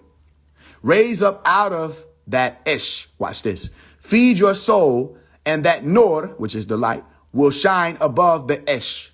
Put that nur before Ish, and you get the word Nor-ish, nourish. All right. This is a word that means to lift up. Lift up out of the darkness. Don't believe anybody. Are you listening? Those who want you to believe seek to beguile you. They seek to keep you in the dark. This is what keeps them in power. Take note of the fact that when the fires of Maui rang out, Oprah and The Rock, listen, Oprah, rope, and The Rock, listen, come forth and put out a video stating that they had a fund to help the victims of the fire. Do you find it interesting that The Rock performed the voiceover for the character Maui in the movie called Moana? Who is The Rock, really? As in, what are his original tones? His name is Dwayne Johnson. That name Dwayne means dark, as in unknown, confusion, deception, disorder, chaos, Babylon. And to you, melanin dominant people, it is better for you that you come up out of the dark. The message is not only for you, melanin dominant people. However, you still think, many of you, that just because there are melanin dominant quote unquote stars or celebrities or successful people, that you, who are the so-called black people, as a people, are free. This is only an illusion. You think Oprah to be for you, melanin dominant people. How did you miss the read of her name, Oprah, which means the one who turned her back? Where was this multi-billionaire through all of these troubles that have fallen upon your quote unquote people for the last few decades? Somewhere enjoying her luxurious lifestyle. Dear so-called black people, please understand, you have no more so-called black leaders. I'm going to read it again. Dear so-called black people, please understand, you have no more so-called black leaders. The days of the black leaders have passed. I'm going to read that again. The days of the so-called black leaders have passed. There is no black versus white war. It's all a fallacy. Your enemy, melanin dominant people, is ignorance. These so-called stars only care about themselves. They are afraid to lose their illusionary world, just as the beast they serve is afraid to lose his or theirs. Let me tell you how you, the people, can and will defeat the beast and overcome, as your ancestors who encountered that devil and his evil said you would. Do not be afraid to lose your illusionary world. Say it again. Do not be afraid to lose your illusionary world. If you are afraid to break away from that world of illusion, you won't be able to survive what is happening right now. Nor will you, as a people or the people, survive what is coming. I need you to survive. You are now in the sun cycle. The power of the sun is increasing by the second. Look at those words, sun cycle, which is what? The cycle or the chakra, all right? As chakra means cycle, that is associated with the sun. That cycle or chakra is none other than the crown chakra. It is that time for you, those of you who are the elect, who are electrified to the point of emitting a corona, meaning a glow, meaning your crowns are supposed to be active. If you need help with that, your sun is there to help you. On August 30th of this year, 2023, a hurricane touches land near Keaton Beach, Florida. That hurricane was named Idalia. This is a word that means, behold, the sun. Everything is pointing toward that time, the time of the sun, that time to come into the light. All right. Or that time to come into the light. They want to keep you in the dark, Dwayne. They wish to keep you concealed. That is con, all right, and sealed. Concealed means conned, listen, and sealed, tricked and trapped. These so-called elite play trick after trick. They run program after program. They offer you this reality and that reality, neither of which serves you. Those realities are, or unrealities rather, that they offer you are formed in such a way that you become the servant or the slave of them. The Rehab book is not only a book about rejecting and rebelling against the dark world of illusion. It's also a book about taking control over your own destinies as a collective and your own destiny as an individual. Either one could be achieved first, so long as you're taking control of that destiny or destinies proves to be an endeavor of pure heart and pure soul and pure mind. I said they, the so-called elite, are all masterminds. Remember this saying of mine, masterminds, masterminds. Not only have these beings, people, come to understand the science of the mind, which is the brain, expressed and taught through a field of study called neuroscience. They, the so-called elite, have also come to understand how that which is called reality is affected and is affected by the mind or the brain. They have mastered the science of the mind. You, the people, have to place yourself in the position to do the same in order to win the war on consciousness. I said you may be familiar with the phrase or the saying that time flies when you're having fun. From what I'm able to observe and realize about the reality encircling those words, the truth is that time actually flees as opposed to flies away from us when we're distracted as opposed to simply having fun. Simply, time flees when you're distracted. I wanted to be clear as I build on that I'm no Grinch or troll that doesn't want people to enjoy themselves or to have fun. Enjoying oneself and the life one has is important. However, that enjoyment has been weaponized, making it be that the things most people look at as and believe to be fun are actually damaging to themselves and to others. People don't go out to the club, generally speaking, once or twice a year. People go out in club once, twice, sometimes 3 times a week. They pop pills. Listen, pop pills. They smoke, all right, marijuana, load up on shots, all right. They hit pipes. They bang each other, etc. All of these words that are associated with having fun are words that are used to signify some type of destruction or destructive happenings. People make statements as they prepare to go out. All right, go out. All right, we say, well, I'm not going to go out like that, meaning die. Prepare to go out saying things like, y'all. I had to read it again because it skipped. People make statements as they prepare to go out saying things like, y'all ready to get fucked up tonight? And we are going to get so slammed. All right. Interestingly enough, all of these actions are indeed deadly if people are not careful as they indulge. I said not only are most people wasting precious time, they are also damaging themselves in the process. Time flees from them as they allow these distractions disguised as medicinal activities to consume them and darken their light. Take into consideration the fact that human beings have a dual nature.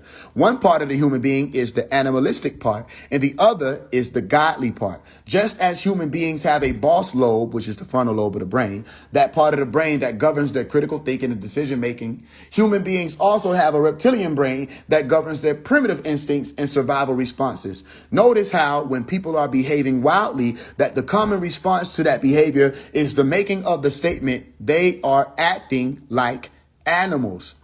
Basic understanding of the biological classification of Homo sapiens will allow for one to realize, however, that human beings are in fact animals, as they, which are you and I, are a part of the animal kingdom. Human beings are mammals, as you may have already known. But if you, human beings, didn't have the nurturing nature, all right, listen, you would not be mammals.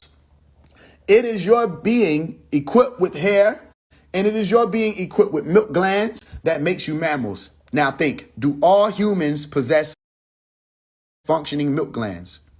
No.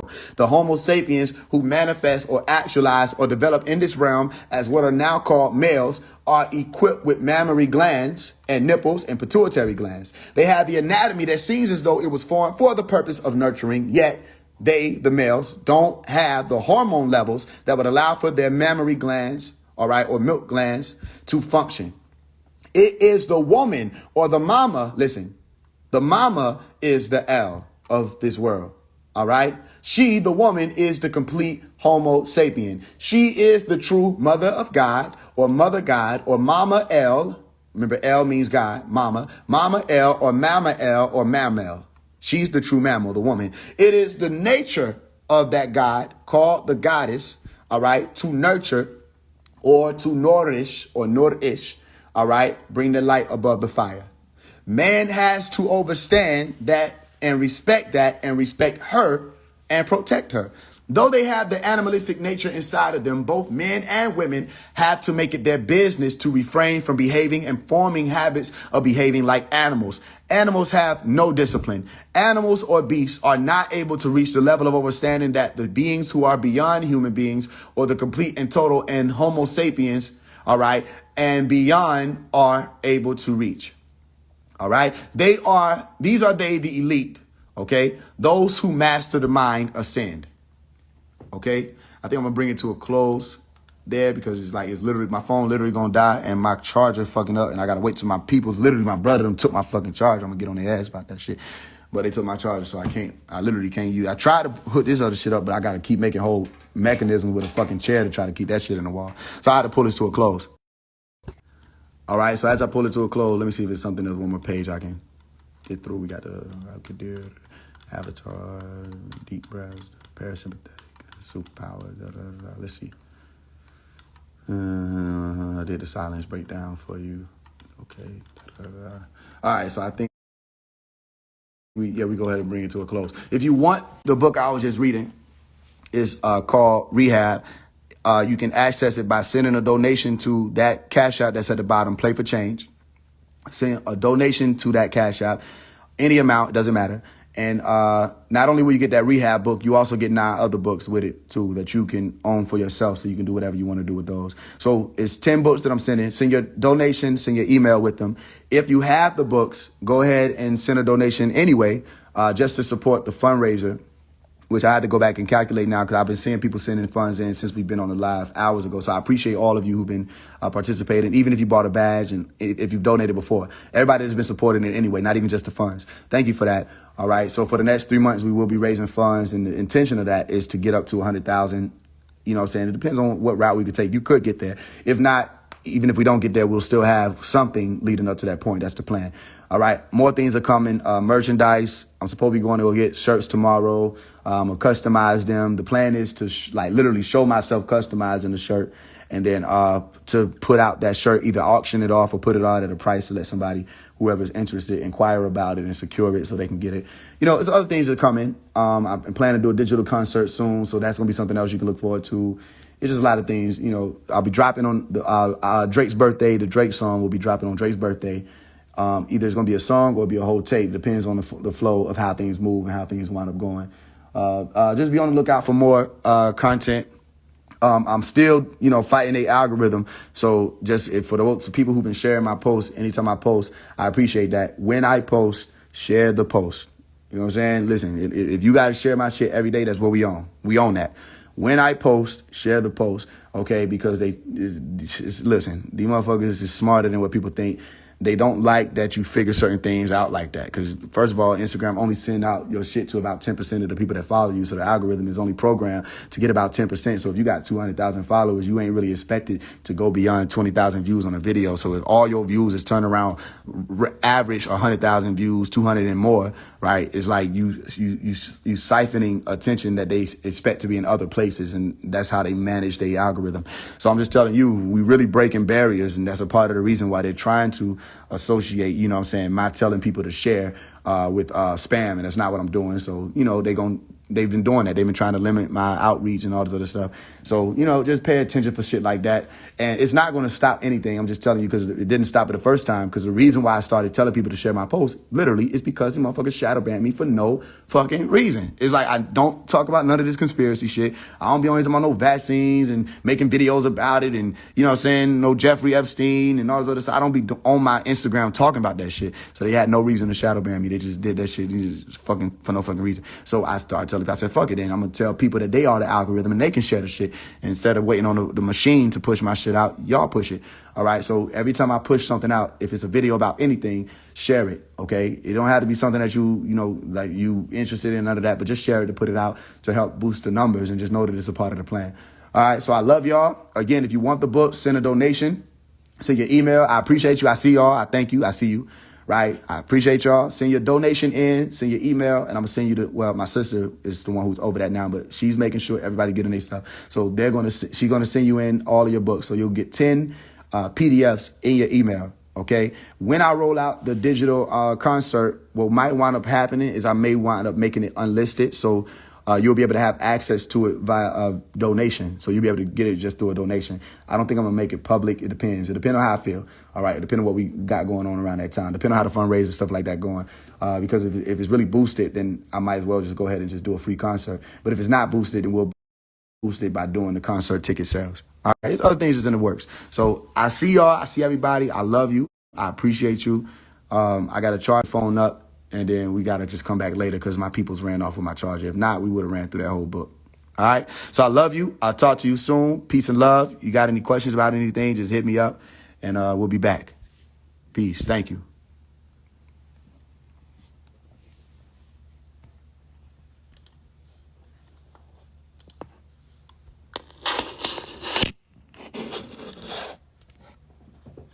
You know what you taught me. First of all, these streets don't love nobody. It's rule number 3. 40, nigga, go get your guapi. First 2 rules. They don't love you unless you get some like you Tyrese. Shit, I've been through jail, wasn't right, but that what made me start the journal. Had to right my wrong, I gripped that pen too strong, called carpal tunnel. Carver alumni, say not I graduated, I was homeless and I was hungry. Belly rumble like the thunder when none but a rock was on it, that was hard to stomach. Woke up the next day, straight to the dealership, went to work as a car consultant. Fast forward, went through that with my first love. She was fucked up, my heart was broken. She went and let my little brother had started smoking. When I called him, approached me, tried to told him he wasn't supposed to be on it. He had a future. All them niggas around him were bad business. Fast forward, he turned on me. Fast forward, he packed up the lead. Here I am trying to live up the streets, but I lost a brother to the streets. And I still had to focus on me. Cause you played in my face. Shit been getting bigger since I made that decision. Remember that day, August 8th. But it's great, I mean, what can I say?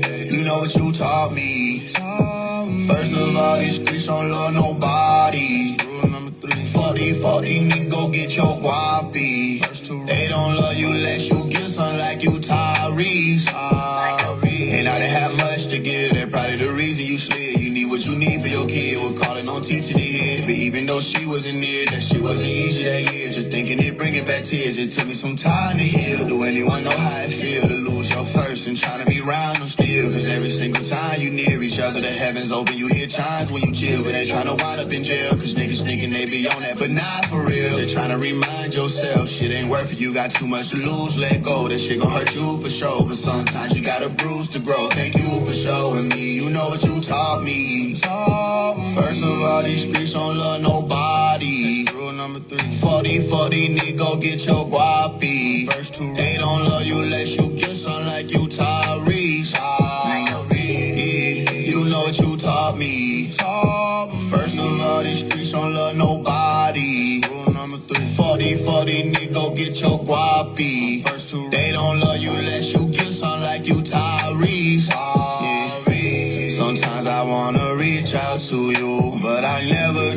Sometimes I wanna kick it like we used to. Sometimes I wonder how I lost you. All the shit you put my heart through. Then I realized you lost me, I didn't lose you. Then I finally met someone who wants to love me. And my heart wants to let her, so I forgive you. I wanna invite you to my wedding, but I don't want to regret it. So I let you read it in the